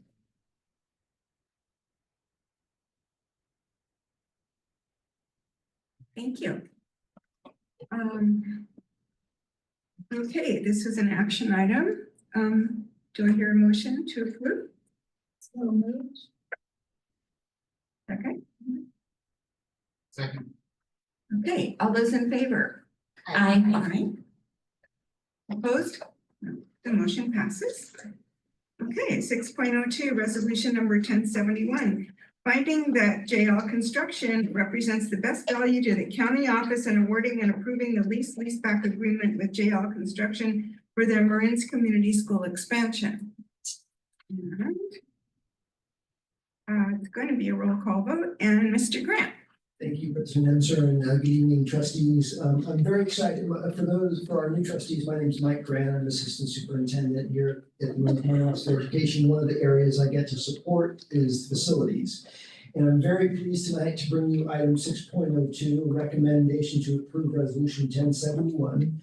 And while it's not quite the culmination of over a year-long process, this is a really important step towards the implementation of something we've been working on, which is the expansion of the Marin's Community School campus, which is, like Katie said, the best school in Marin County.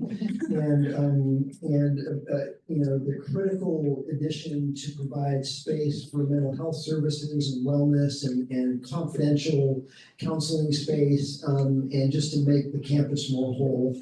Over the past several months, the board has approved multiple steps, including the selection of an architect and schematic design and geotechnical services and a California Environmental Quality Act exemption, and a few other things. And so, and now moving for you tonight is the approval of a leaseback contract. And our construction manager, Damien Lee from Greystone West, is going to describe to you the process that we went through for this leaseback resolution and recommendation. So I introduce Damien Lee. Thanks, Mike. Good evening. As Mike mentioned, my name is Damian Lee. I'm here from Greystone West Company. We've been the construction manager for the county office for many years. Back in November, we came to the board with a schematic approval presentation, and that outlines the necessary data for the anticipated project to move forward with. It's the size and shape of the building, the location of the building, the anticipated cost and schedule of the work itself. That was approved by the board, and we started the outreach process for the bid in December. This project uses what's called the leaseback delivery method. And that's a more collaborative approach with contractors that allow us to actually onboard contractors earlier than the traditional hard bid approach would. It has some benefits within that approach. It also allows for the county office to consider other factors beyond just cost. And ultimately, those factors are compiled into what's determined as best value to the county office. So you can account for other metrics beyond just cost. You can include factors like experience and proximity to the site, working history, familiarity with similar projects, things of that nature that allow you to then develop this best value for selection criteria. So we initially advertised for this process through the RFQP process back in December.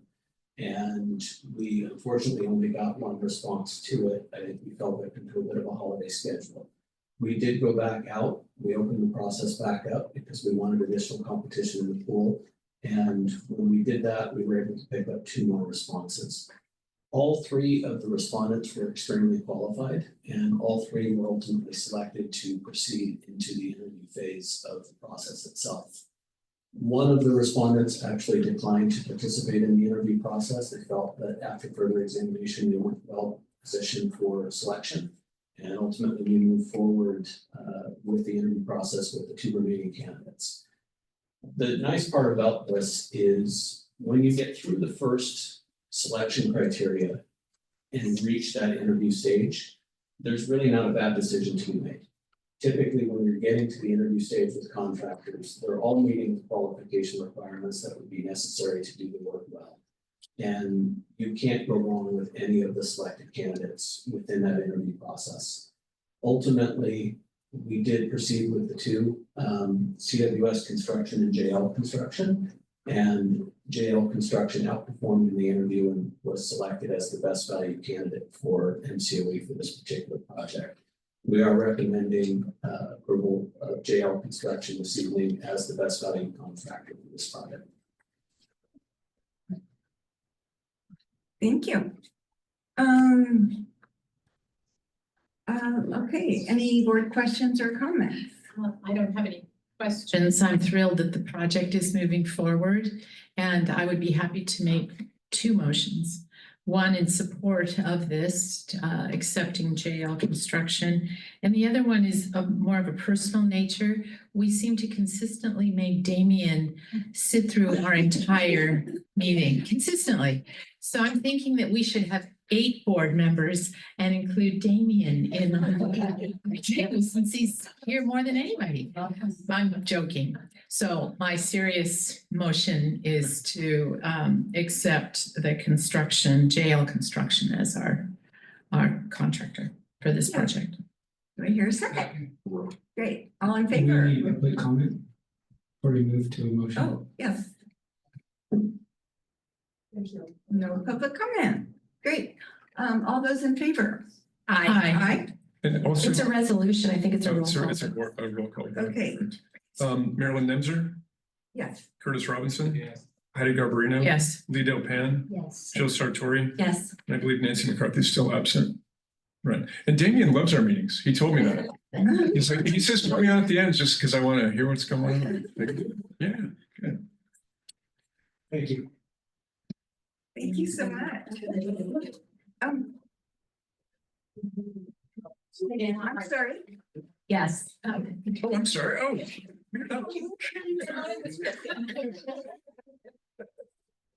So sorry, your first vote. I love you. You're in. That'll never happen again, I promise. Right click. Yeah, I don't know why you have so many targets. We're not going to do math today. We're not. Hi, I'm going to bring back the school accountability report card. The state law requires that schools receiving state funding complete a school accountability report card. I would say in the majority of schools and districts, this is a useful document to give you sort of an oversight about what the district and the school looks like. I don't know that it necessarily has the same meaning for our SARCs. Nevertheless, we do receive state funding, and so it is a requirement.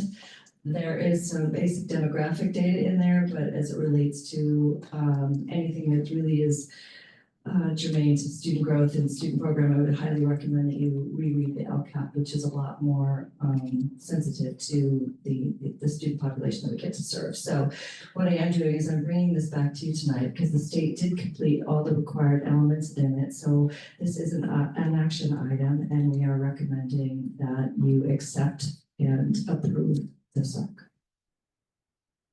Any questions? Can I ask a clarifying question? If it's all right with the board. The SARC predates the LCAP by a long time. Very long It was time. a document that was required for years and years. The LCAP came along and really largely covers much of what the SARC, in fact, really the meat of what's going on. But the state never got rid of the SARC. Yeah, they have. So we still have the SARC, even though there's some redundancy with the LCAP, and the LCAP is And the the more dashboard as salient. well, And the LCAP, I think, is the more salient document. most definitely. Thank you. Comments, questions? Okay, public comment? No, okay. Do I hear a motion? So moved. I second. Okay, all in favor? Aye. Opposed? And the motion passes. Thank you. Great, thank you. Marin County Board of Education reports. Okay, well, I do. I Okay, have a report, sorry. yeah, So the Efficiency and Effectiveness Committee Update as of February 11, 2025. So we have not met since the last board meeting, which was on January 14, 2025. The next meeting will be on March 12, 2025, and will focus on e-bikes and countywide collaboration efforts. thank you. Thank you. Anything else? Okay, I have a MCSBA update. So Wednesday, February 26th, all day, Wednesday, February 26th, is the Legislative Action Day, JLAC Legislative Action Day.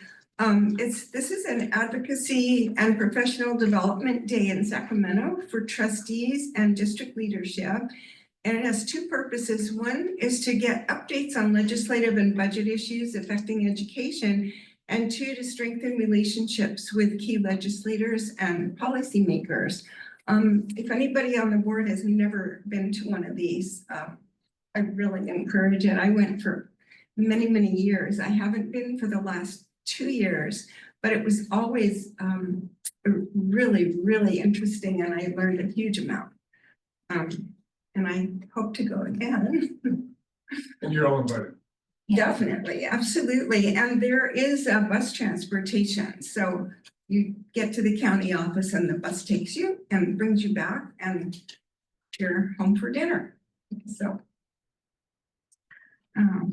okay. Also, Monday, March 17th, mark your calendars, 9:30 in the morning for about an hour and 45 minutes. No, yes, an hour and 15 minutes, pardon me. Bad math. Congressman Jared Huffman is going to be, we're hosting JLAC and Oregon County School Boards Association are co-hosting an in-person discussion with Congressman Huffman on the impact of the new administration's federal education policies. Superintendent Carroll, are you going? I think that would be Yeah, fun for I'm you. planning to attend that. Impact is the right word. The question will be, also, Thank you. immigration activities and other key issues affecting schools. Oh my God. More details to follow, including an opportunity to provide questions in advance for the Q&A session. That's on March 17th. March What time? 17th on St. Patrick's Day At at 9:30 in the morning. And is it going to be at Homeward Bound? No, it's gonna be here. Oh, nice. It will be here. Oh, that will be easy for people. Or easier. That's great. Okay. MCBE. Can we just show them? And we'll be getting emails about it, correct? We'll be doing lots of reminders. Undoubtedly. Yeah. And also, I just want to welcome our new board members, and Jill also, I wasn't here the night you came on. We're just so happy to have such amazingly well-qualified people who are right away understand the issues and are just so talented, and I'm just so proud to have a board made up of the quality that we have. I mean, you have not let us down. So anyway, thank you so much for your time. Thank you. Okay, any other? Leah? So I attended Greg Nell's memorial service, and I just want to share that in the pictures that was displayed, he had this picture of us taken over at Walker Creek Ranch. It's the one that John, you gave us as a Christmas present. And then I also had the opportunity to speak with his wife. And she said, I want to remember this exactly, that Greg has always been very happy coming to the meetings. Sometimes he's late, but he really likes it, and he loves all the people, all the members of the County Office of Education, and he really likes his involvement in education as well as in MCLE. I try to remember it. So yes.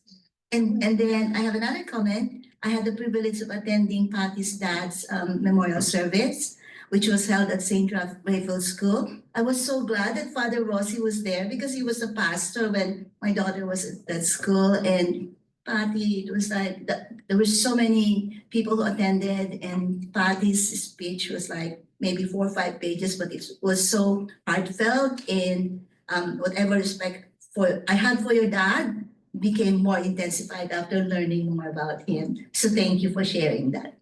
Yeah, and that's it for me. Wow, thank you so much.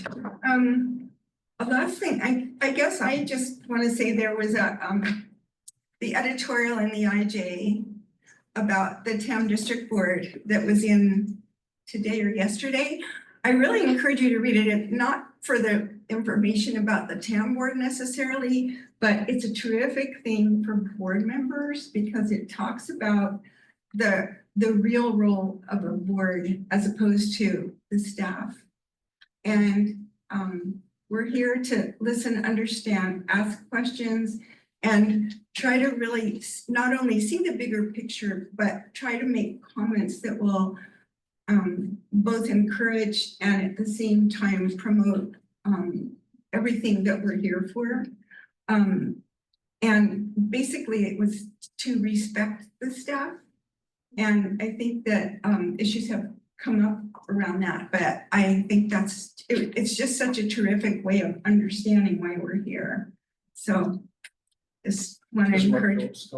Yes, this was Mark Phillips' column. I just thought it was terrific. The point of it. I have a printout I can give the first person who raises their hand. Thank you. I'm well known for having November 6th of 2016, I turned off all news for reasons you can just imagine. Yeah. I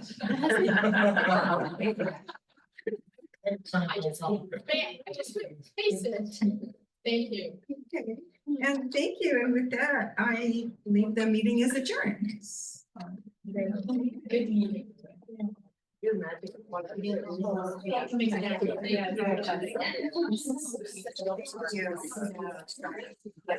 I think that's like.